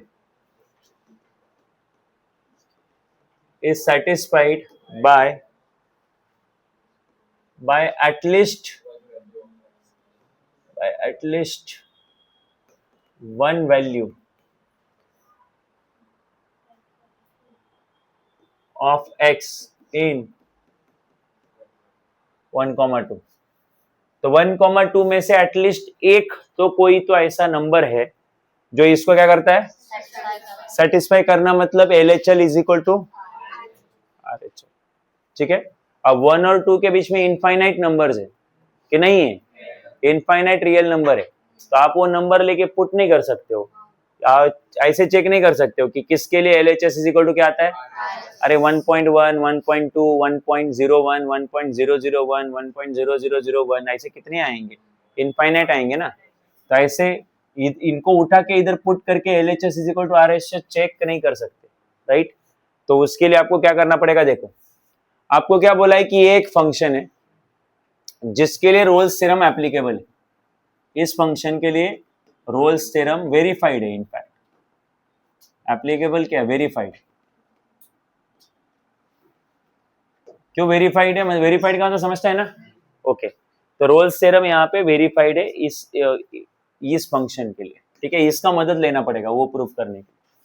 तो अब मुझे बताओ, हाँ सुनाओ, as Rolle's theorem is verified for function, क्या है वो function, f of x is equal to x minus 2 into log x. ठीक है, ठीक है. Hence, अच्छा, due to which there exist at least one point C belongs to 1,2. मतलब एक मैं उसके लिए मैं कुछ बात ही नहीं कर रहा हूं, मैं इसके लिए बोल रहा हूं. इसके लिए रोल्स थ्योरम ऑलरेडी क्या है, एप्लीकेबल, वेरीफाई, सब कुछ है. मतलब ये वो कंटिन्यूअस है, डिफरेंशिएबल है, f of 1 is equal to क्या है, f of 2 है, और वो C एग्जिस्ट करता है किसके बीच में, A और B के लिए, जिसके लिए डेरिवेटिव कितना है, 0 है. ये सब चेक करने का ये ऑलरेडी है. So there exist at least one point which belongs to 1,2 such that, बोलो, f dash of C is equal to 0. एक ऐसा C है जो 1 और 2 के बीच में है, जिसके लिए ये जो फंक्शन है उसका डेरिवेटिव क्या आता है, 0, राइट. ये इसके रिलेटेड हमारा ये रखो, डिस्कशन रखो. तो अगर मैं f dash of x निकालू तो वो आएगा x minus 2 इंटू, सॉरी ये तो खाली f of x है, f of x कितना आएगा बोलो, x minus 2 into log x. मुझे चाहिए f dash of x, मतलब इसका डेरिवेटिव कैसे निकालते हैं, तो इसमें भी x है, इसमें भी x है, u इंटू v लगेगा. पहले वाले को वैसे रखेंगे, दूसरे वाले का डेरिवेटिव, दूसरे वाले को वैसे रखेंगे, पहले वाले का डेरिवेटिव, x का डेरिवेटिव 1, 2 का डेरिवेटिव 0. तो ये आएगा x minus 2 upon x plus log x. ये हुआ f dash of x, बराबर है. बट तुम्हें पता है कि x किससे इक्वल है, c से, तो f dash of c is equal to c minus 2 upon c plus log c. अरे है नहीं, बट तुम्हें पता है कि f dash of c होता कितना है, 0 होता है, तो लिख दो. अच्छा, ये मैं बोल रहा हूं कि क्वेश्चन में दिया है, तो f dash of c के जगह पे 0 लिख दो, लिख दिया. और c minus 2 upon c plus क्या आया, log c, है ना. तो ये प्लस log c को इधर लेके आओ, माइनस log c होगा कि नहीं होगा, तो माइनस log c, अरे प्लस इधर आएगा माइनस, और सामने c minus 2 अपॉन 2, बराबर है. हाँ, c इधर डिवाइड इधर गया तो ये आएगा minus c into log c is equal to c minus 2. तो माइनस साइन में राइट में भेज रहा हूं, या फिर दोनों तरफ माइनस से मल्टीप्लाई कर रहा हूं, तो दोनों तरफ माइनस से मल्टीप्लाई करूंगा तो क्या आएगा, c log c is equal to 2 minus c. अबे क्या गधे लोग है रे, माइनस इधर मल्टीप्लाई किया तो माइनस माइनस क्या होगा, प्लस, और माइनस इधर मल्टीप्लाई किया तो माइनस c और प्लस 2. क्या गलत लिखा है क्या, हाँ, खत्म हो चुका है, ये प्रूफ खत्म हो गया. कैसे, ये जो फंक्शन है वो इसके ऐसा दिख रहा है, देखो। अबे खाली दिखा इसलिए नहीं हुआ, पहले सुनो से, हाँ क्या बोल रहे हो। ये फंक्शन इसके ऐसा दिख रहा है क्या? बस x की जगह पे क्या है? c है। अब c कौन है? नहीं, पहली चीज तो ये समझो कि अगर अगर ये वाला फंक्शन इसके ऐसा दिख रहा है, मतलब इसमें x की जगह पे क्या पुट करेंगे? मतलब इसमें x की जगह पे c पुट किया तभी वो ऐसा दिखेगा ना। सुनो, इसमें अगर x की जगह पे क्या पुट किया तो ये कैसा दिखेगा? ठीक है कि नहीं? बट इसमें x की जगह पे c कब पुट कर सकते हैं? जब उसकी कंडीशन सेटिस्फाई हो। क्या है उसकी कंडीशन? इसमें वही नंबर पुट कर सकते हैं जो 1 और 2 के, उन्होंने खुद ही बोला है, इसमें वही नंबर पुट कर सकते हैं जो 1 और 2 के। और मुझे बताओ वो c किसके बीच में है ना? तो इसका मतलब 1 और 2 के बीच का एक पॉइंट उसको क्या कर रहा है? तुम्हें अभी भी नहीं समझा? तुम्हें पहले क्वेश्चन समझो क्या है। हाँ हाँ करने से समझ में नहीं आता। एक देखो, एक फंक्शन था x log x is equal to 2 minus x. आपको ये बोला था कि ये प्रूव करो कि 1,2 में एटलीस्ट एक ऐसा नंबर है, 1,2 में एटलीस्ट एक ऐसा जो इसको क्या कर रहा है, ऐसा प्रूफ करना था। और सेटिस्फाई करना मतलब LHS इक्वल टू क्या ना। तो मुझे इसको सॉल्व करते करते मुझे ऐसा कुछ आया। क्या आया? ये बिल्कुल इसके ऐसा दिख रहा है, बट ये ऐसा कब दिखता है? जब इसमें x की जगह पे क्या जाए, और x की जगह पे अगर इसमें c जा रहा है मतलब c इसको क्या कर रहा है ना? और अगर c इसको सेटिस्फाई कर रहा है, ये देखो ना यहां से, अगर c इसको सेटिस्फाई कर रहा है तो c किसके बीच में है? मतलब 1 और 2 के बीच का नंबर इसको क्या कर रहा है? और वही तो प्रूफ करने का था कि प्रूफ करो कि 1 और 2 के बीच का कोई तो नंबर इसको क्या कर रहा है। तो कौन है 1 और 2 के बीच में जो इसको सेटिस्फाई कर रहा है? c। समझे कि नहीं? Okay, so thus x is equal to c belongs to 1,2 satisfies x log x is equal to 2 minus x। क्या लिखा लास्ट में बोलो? x is equal to c, जो पहले ही पता था किसके बीच में है, वो इसको क्या कर रहा है, और इसका प्रूफ ये है, राइट? बिकॉज हमें फाइनल में क्या मिला? c log c is equal to 2 minus c, मतलब यही मिला, बस x की जगह पे क्या है, और x की जगह पे c तभी जा सकता है जब c उसको क्या करे, तो मतलब c इसको सेटिस्फाई कर रहा है और c खुद 1 और 2 के बीच में है। तो हो गया प्रूफ कि 1 और 2 के बीच का एक नंबर इसको क्या कर रहा है। डाउट है? बोलना, क्या डाउट है? बोल बोल बोल। क्वेश्चन नंबर 6 क्या लिखा है? द फंक्शन दिया है x इंटू एक्स प्लस 3 और e का पावर माइनस एक्स बाई 2, ठीक है, सेटिस्फाइज रोल्स थ्योरम, मतलब ये रोल्स थ्योरम को सेटिस्फाई करता है। और कौन से इंटरवल में सेटिस्फाई करता है? -3, 0, ठीक है। Find the value of c such that f dash of c is equal to 0। तो किसकी वैल्यू फाइंड आउट करनी की बोलो? अबे यार, find the value of c, और वो वैल्यू फाइंड आउट करने के लिए क्या दिया है? मतलब फंक्शन का जो डेरिवेटिव है उसमें c पुट करेंगे तो आंसर क्या आता है? 0 आता है। तो इतना देख के आप लोग c की वैल्यू निकालो, ऐसा वो लोग चाहते हैं, ठीक है। तो अब मुझे बताओ फंक्शन क्या है हमारे पास? फंक्शन है x into x plus 3 into e का पावर x माइनस 2, राइट। पहली चीज तो ये फंक्शन का हमें डेरिवेटिव निकालना चाहिए। तो डेरिवेटिव निकालने के लिए एक काम करो, x को अंदर मल्टीप्लाई करो, तो x into x x square और ये 3x, और e के पावर में कौन आया? Minus x by 2।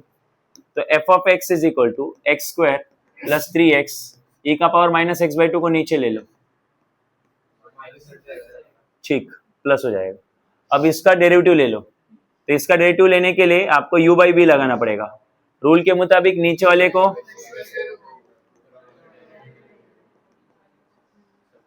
माइनस, ऊपर वाले को नीचे वाले का, तो e ratio f of x का derivative e ratio f of x into derivative of,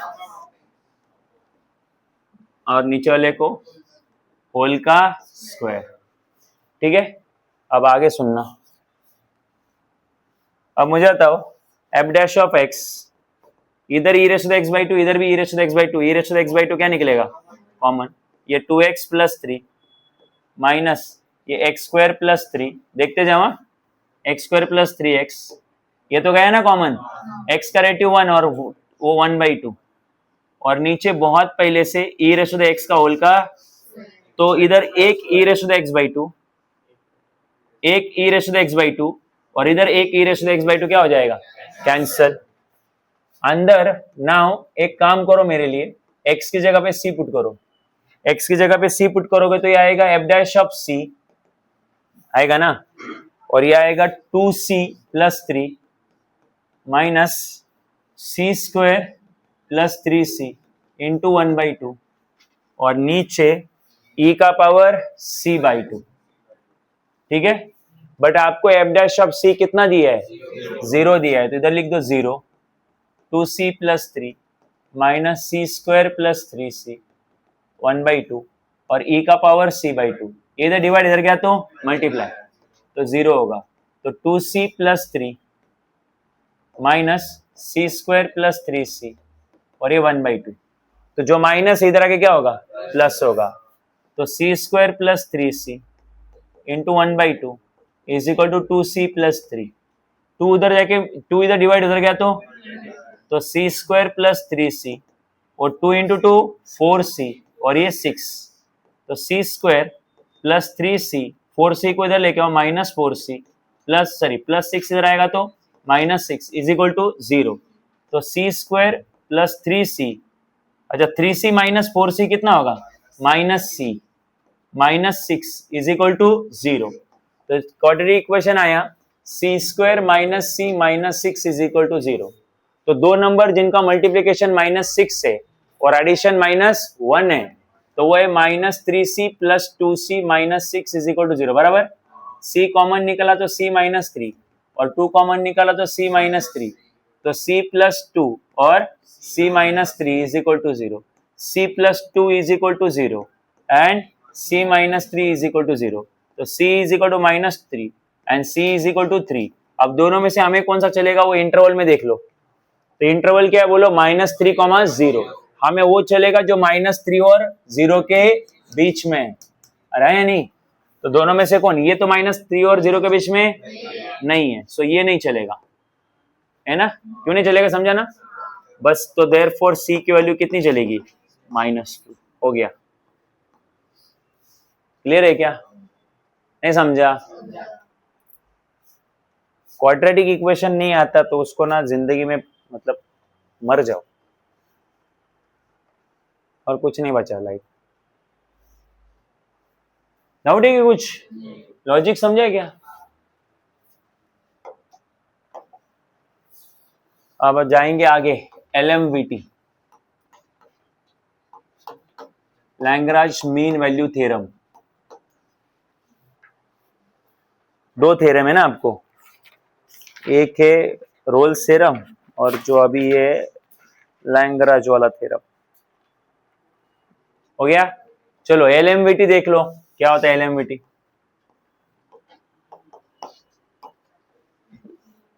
okay, once again, LMVT theorem तब अप्लाई होता है जब आपका फंक्शन का ग्राफ कंटिन्यूअस हो। फंक्शन का ग्राफ क्या होना चाहिए, कंटिन्यूअस होना चाहिए, ठीक। दो पॉइंट लिए मैंने, एक पॉइंट लिया A, दूसरा पॉइंट लिया B, ठीक है। तो ये A का जो x, सपोज इसके x कोऑर्डिनेट और y कोऑर्डिनेट चाहिए मुझे, तो इसका x कोऑर्डिनेट मैंने A लिया, कितना लिया, मतलब यहां से यहां तक का डिस्टेंस A, तो y कोऑर्डिनेट क्या आएगा, ये A इधर पुटअप करेंगे x की जगह पे, तो f ऑफ A ये कौन होगा मेरा, y, मतलब y कोऑर्डिनेट आ गया f ऑफ A, अरे हाँ या नहीं गदो, अरे कर्व के ऊपर जो पॉइंट लाई करता है वो कर्व को सेटिस्फाई करता है। तो अगर कर्व के ऊपर पॉइंट ए आ रहा है तो ए के कोऑर्डिनेट कर्व में डाल सकते हैं ना। तो ए का एक्स कोऑर्डिनेट अगर ए है तो ए इधर डाल दिया तो वाई कितना आएगा, एफ ऑफ ए, मतलब वाई कोऑर्डिनेट मिल गया। अब बी के बारे में देखो, तो बी का जो एक्स कोऑर्डिनेट है इसको ऐसा नीचे लिया और यहां से यहां तक का डिस्टेंस मैंने बी बोल दिया मान लो। तो बी का वाई एक्स कोऑर्डिनेट कितना हुआ, बी। तो ये एक्स कोऑर्डिनेट उठा के इधर पुटअप कर दो, तो y इज इक्वल टू कितना आया, एफ ऑफ बी। तो x आया, a के कोऑर्डिनेट आए a और f ऑफ a, और b के कोऑर्डिनेट आए b और f ऑफ b। अब मैं चाहता हूं कि तुम मुझे इस सेकंड ab का स्लोप बताओ कितना आएगा। स्लोप ऑफ सेकंड ab बताओ कितना आएगा, गदो बोलो। स्लोप के लिए एक तो tan थीटा है या फिर 2 पॉइंट है तो y2 माइनस y1 अपॉन, तो ये तुम्हारा x2 y2 है और ये तुम्हारा, ठीक है। तो बोलो y2 कितना है तुम्हारा, f of b minus f of b minus a, क्योंकि x2 तुम्हारा b है और x1 तुम्हारा a। बोल नहीं समझा, पक्का यहां तक क्लियर है। अब आता है यहाँ पे इसके आगे एलिमिटी थ्योरम। अब ये जो a टू b है इसमें एटलीस्ट एक पॉइंट ऐसा एग्जिस्ट करता है, एटलीस्ट कि उस पॉइंट पे अगर मैं टेंजेंट ड्रॉ करूं तो वो सेकंड से पैरेलल होती है।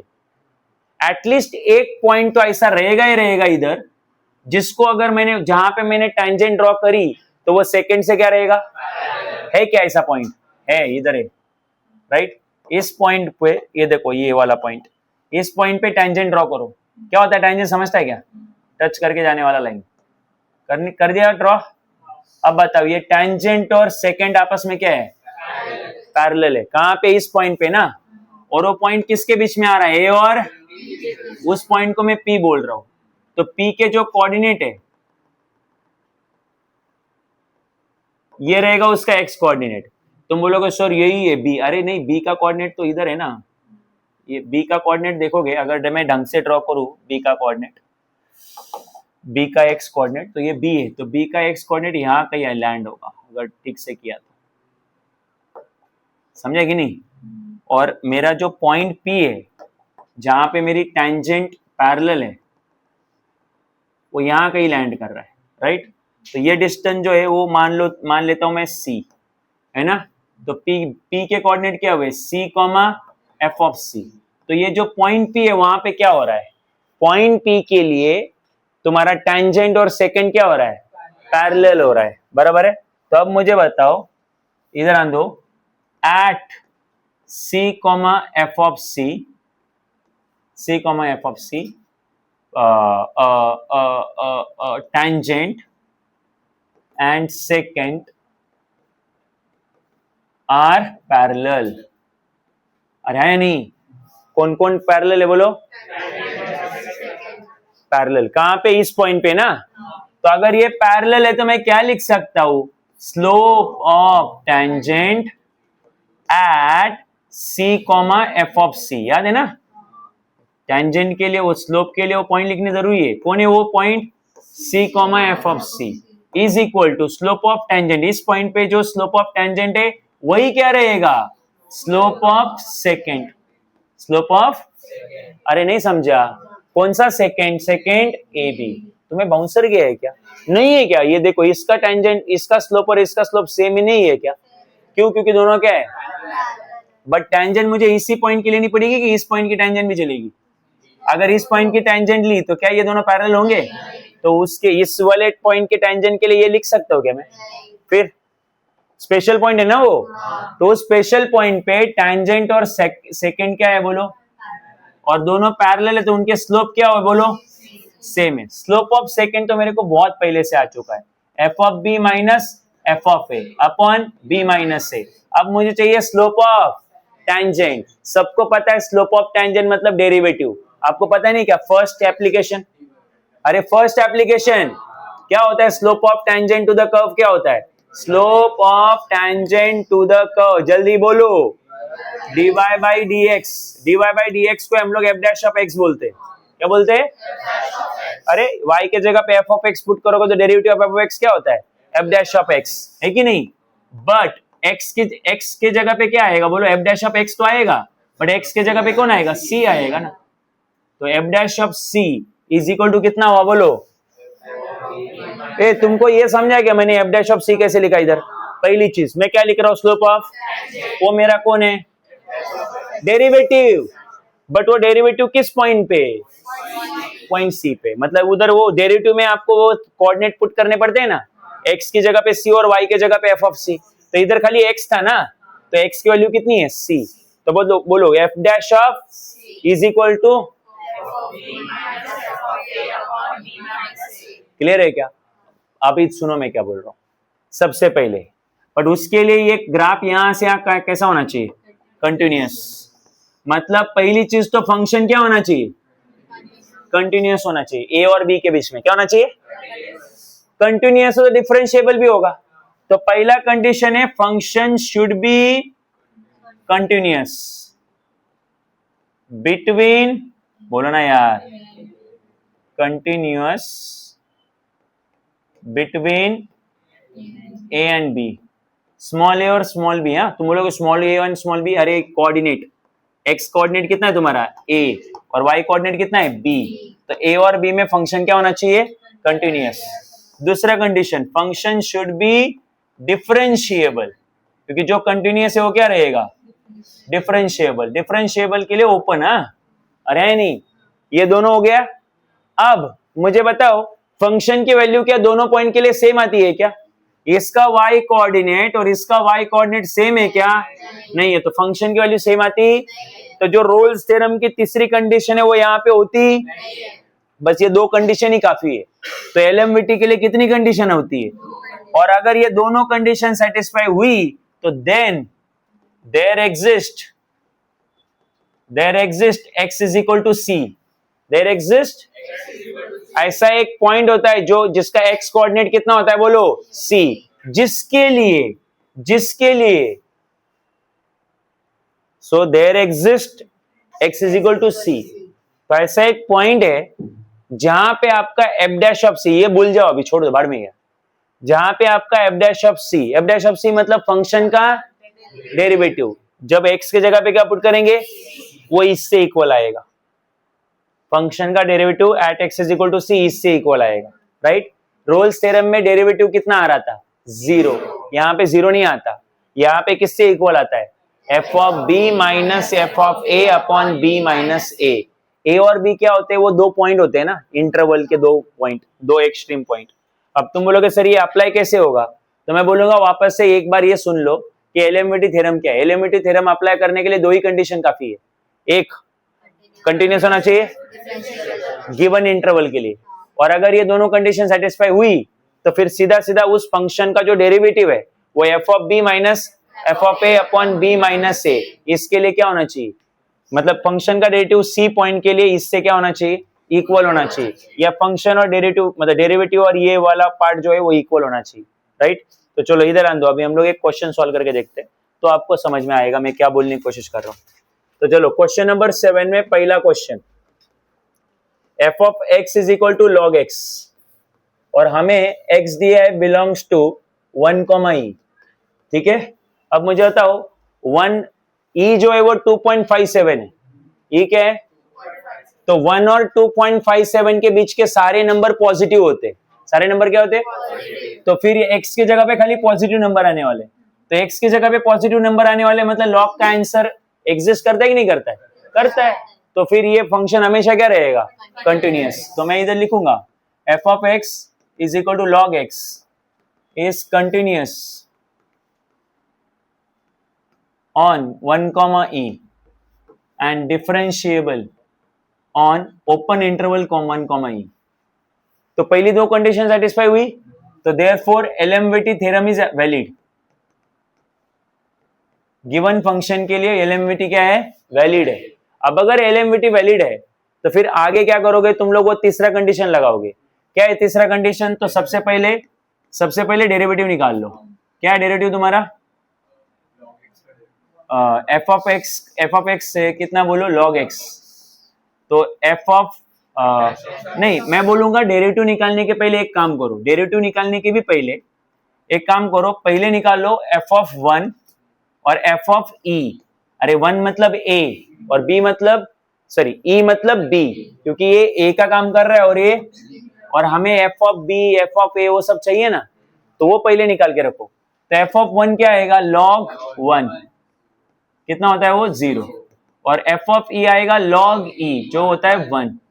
ठीक है, अच्छा अभी और क्या निकाल के रखो, अल्सो अब निकालो डेरिवेटिव, तो एफ डैश ऑफ एक्स कितना रहेगा 1/x है ना, और एफ डैश ऑफ सी भी निकाल के रखो, तो वो आएगा 1/c है ना। अब वो लिखो, क्या फॉर्मूला है बोलो, f dash of c is equal to f of b minus f of a upon b minus A.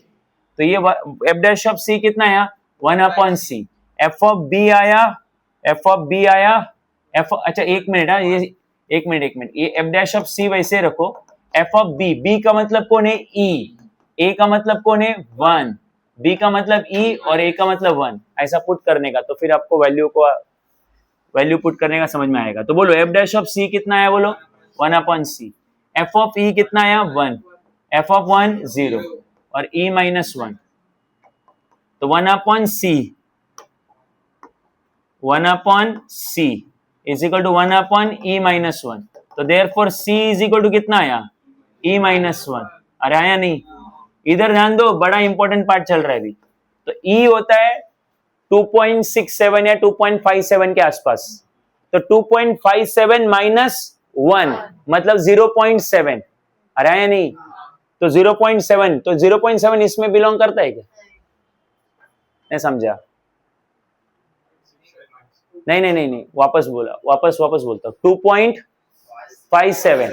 2.57 minus 1 कितना आएगा 1.57, 1.57 इसमें आता है क्या, हाँ क्योंकि इसमें 1 से बड़े नंबर आते हैं, और हमें इधर कितना आया 1.57, तो इसको बिलोंग करता है, मतलब एलएमवीटी थ्योरम सेटिस्फाई हो गया, ये बिलोंग करता है 1, e को।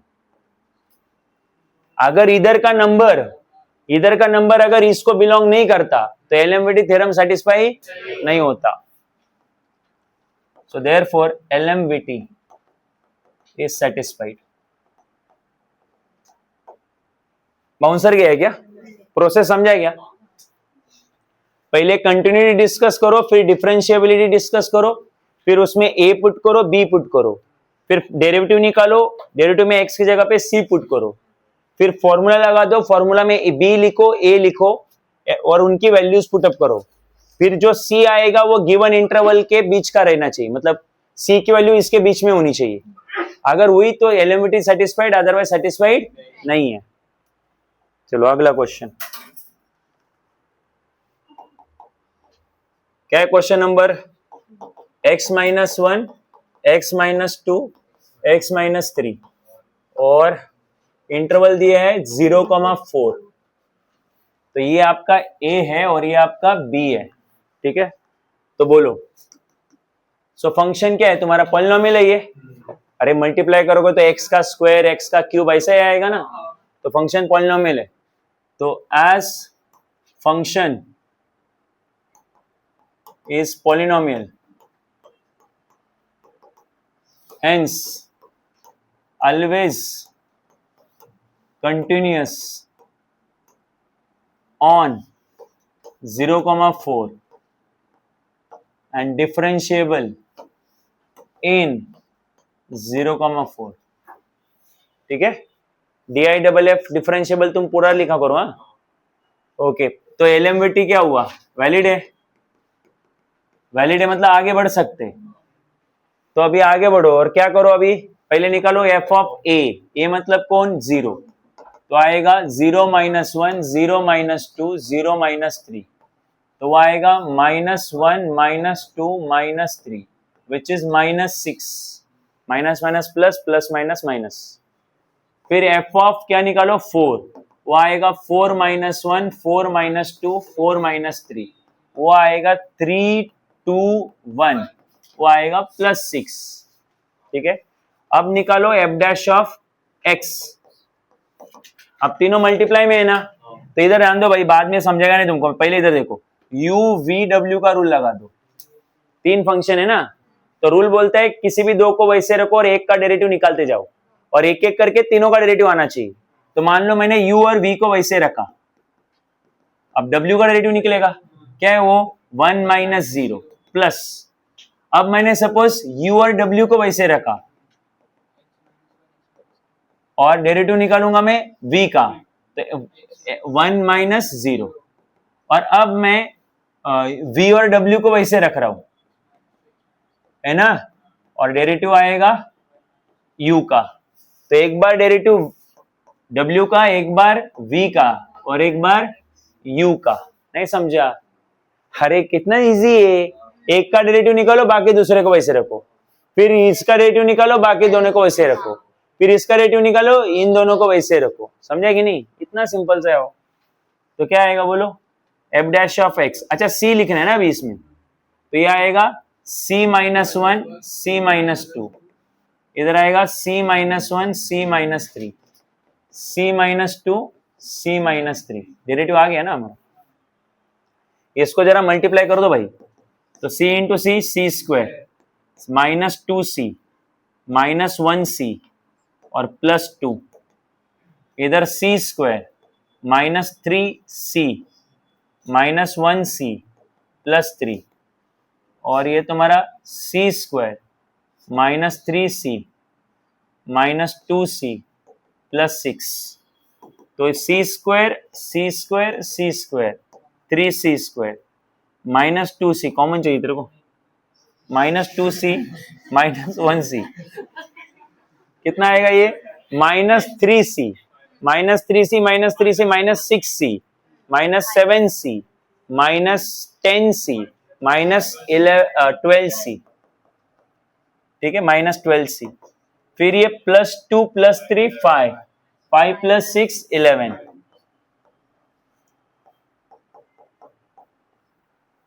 ये हुआ आपका f dash of c, right. अब आपको वो फॉर्मूला लगाना पड़ेगा, कौन सा वाला, वो अगले इसमें लगा देता हूं। F dash of c is equal to f of b minus f of a upon b minus a. B आपका 4 है, ए आपका 0 है, देखा क्या आपने, 4 माइनस 0, और ये एफ डैश ऑफ सी। चलो वैल्यू पुटअप करो, तो एफ डैश ऑफ सी की वैल्यू कितनी आई, 3c square minus 12c plus 11, तो minus 12c plus 11। F of 4 कितना आया, 6 आया, ये माइनस 6 आया और नीचे 4, तो 3c square minus 12c plus 11, 6 plus 6 ये 12 आएगा अपन 4, 4 3 जा 12 प्लस 3 इधर आएगा तो माइनस 3, और ये 3c square minus 12c plus 8 is equal to 0। तो 3c square minus 12 plus 8 is equal to 0। तो अभी इसको सॉल्व करना पड़ेगा। तो 3 8 जा 24, दो नंबर जिनका मल्टीप्लीकेशन 24 हो और एडिशन माइनस 12 हो, बराबर, कौन, हाँ 3 इंटू 8 ना 24 और माइनस 12 नहीं है, तो फॉर्मूला मेथड, तो a आया 3, b आया माइनस 12, है ना, c है इधर, और c आया तुम्हारा 8, है ना, डिस्क्रिमिनेंट आएगा b स्क्वायर माइनस 4ac, तो माइनस 12 का स्क्वायर माइनस 4, a3 c8 144, 4 3 जा 12, और ये कितना 196, है ना, तो कितना है ये 48, है ना। तो फिर तुम्हारा c आ जाएगा minus b plus minus under root of discriminant upon 2a, तो माइनस ये माइनस 12 प्लस माइनस ये under root of 48 upon 2, a कितना है भाई 3, तो c is equal to 12 plus 48 को लिखेंगे 16 इंटू 3, नीचे कितना 2 3 जा 6, तो c is equal to 12 plus minus 16 का रूट 4 अपॉन 6, 2 6 जा 12, 2 2 जा 4, 2 3 जा 6, तो यहाँ आया 6 प्लस माइनस 2√3 अपॉन 3, रहे नहीं, ओके। और ये वैल्यू 0 और 4 के बीच में आती है कि नहीं चेक करो। तो ये √3 जो है, √3 1.7 है, 1.7 इंटू 2 होगा 3.4, है ना? अरे नहीं होगा क्या, 3.4, 3.4 प्लस 6 करोगे तो 8 आएगा, 8 डिवाइड बाय 3 करोगे तो आपको 0 और 4 के बीच में आएगा। अच्छा ठीक है, दोनों वैल्यू इसके बीच में, 0 और 4 के बीच में। आप चेक कर सकते हो, मैंने चेक कर लिया। क्या हुआ, डाउट है? क्यों फॉर्मूला मेथड से किया, समझा क्या? क्योंकि फैक्टराइज से हो रहा था क्या? और अभी इसको देख के रख रहे हैं, होता ही नहीं, कितना भी हम लोग ट्राई करते तब भी नहीं होता। इसको थोड़ा और आगे सॉल्व कर सकते हैं बट, ठीक है, और आगे सॉल्व करना है तो क्या कर सकते बोलो, 6/3 प्लस 2√3 अपॉन 3, तो 3 2 जा 6, है ना? और ये 2√3 अपॉन √3, तो √3 कैंसिल होगा। बट ये बहुत बकवास है, छोड़ दो ना। नहीं नहीं, अच्छा नहीं आ रहा है, दिखने में अच्छा नहीं लग रहा है, नीचे 2/√3 आ रहा है, ये सही है। पीछे तो तू देख, तेरे को मजा आता हूँ, मेरे को नहीं आता। थर्ड तुम करोगे बहुत इजी, अभी करोगे। फोर्थ भी तुम करोगे, बहुत ही इजी है, ठीक है। फिफ्थ देख लो, फिफ्थ में कर रहा हूं। F of x is equal to x-1 upon x-3, और इधर लिखा है ऑन 4,5, ऑन 4,5, ओके। सो तो चलो, ए दिया है तुम्हें 4 और बी दिया है तुम्हें 5, बराबर है। तो अब तुम्हें पता है ये रैशनल फंक्शन है। रैशनल फंक्शन तभी रैशनल क्यों है, क्योंकि ऊपर पॉलिनोमियल है, नीचे भी क्या है, ये नॉट डिफाइंड तभी होता है जब डिनोमिनेटर 0 आए, और डिनोमिनेटर 0 आने ही नहीं वाला, क्योंकि 0 आने के लिए इधर 3 आना चाहिए, और x कभी 3 होगा ही नहीं, क्योंकि इस इंटरवल में 3 आता नहीं, समझे कि नहीं? तो मैं इधर लिख रहा हूं f of x is equal to x-1 upon x-3, function is always continuous, function is always continuous at x is not equal to 3, x कभी भी x कभी भी किससे इक्वल नहीं हो रहा है, 3 से नहीं होगा, ठीक है, ऑन 4,5, ठीक है। So therefore function is continuous on 4,3 and differentiable in open interval 4,3। तो LMVT क्या हुआ, LMVT is valid। अरे आया नहीं, आपका लैग्रेंज मीन वैल्यू थ्योरम क्या है, वैलिड है, कंटिन्यूअस भी आया और डिफरेंशिएबल भी आया। अब क्या करोगे, अभी वैल्यूज निकालोगे। सो नाउ पहले निकालेंगे एफ ऑफ 4, तो 4-1 upon 4-3, 3/1 which is 3। F of 5, तो 5-1 अपॉन 5-3, 4/2 मतलब 2। फिर फंक्शन का डेरिवेटिव निकालो, एफ डैश ऑफ एक्स क्या है बोलो, नीचे वाले को वैसे रखेंगे, ऊपर वाले का डेरिवेटिव माइनस ऊपर वाले को, और नीचे वाले का x का डेरिवेटिव 1 और 3 का डेरिवेटिव 0, और नीचे वाले का होल का स्क्वायर। बोल भाई,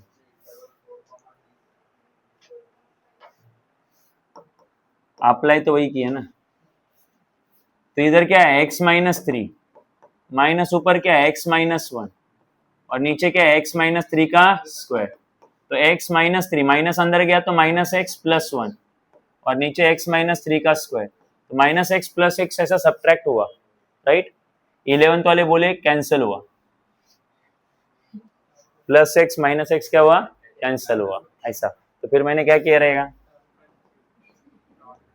हाँ अबे पूरे क्लासरूम को कैसा टॉर्क दूं,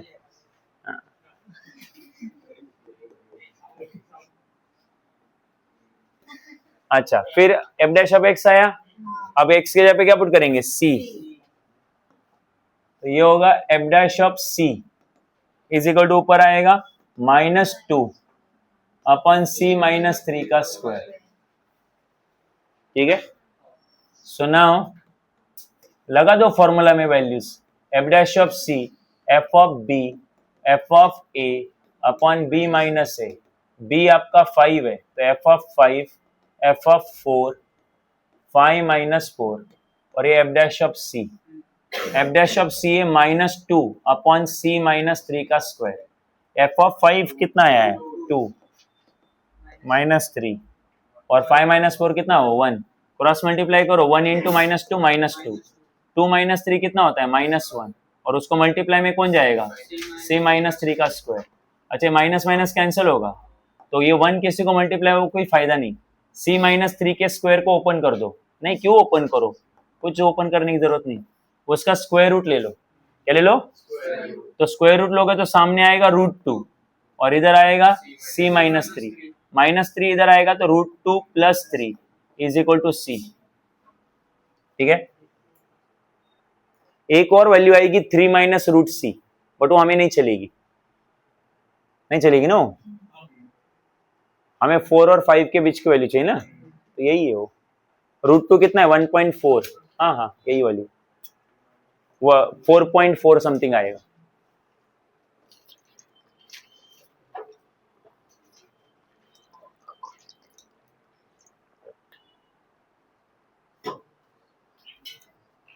करो इसका थर्ड और फोर्थ, चलो।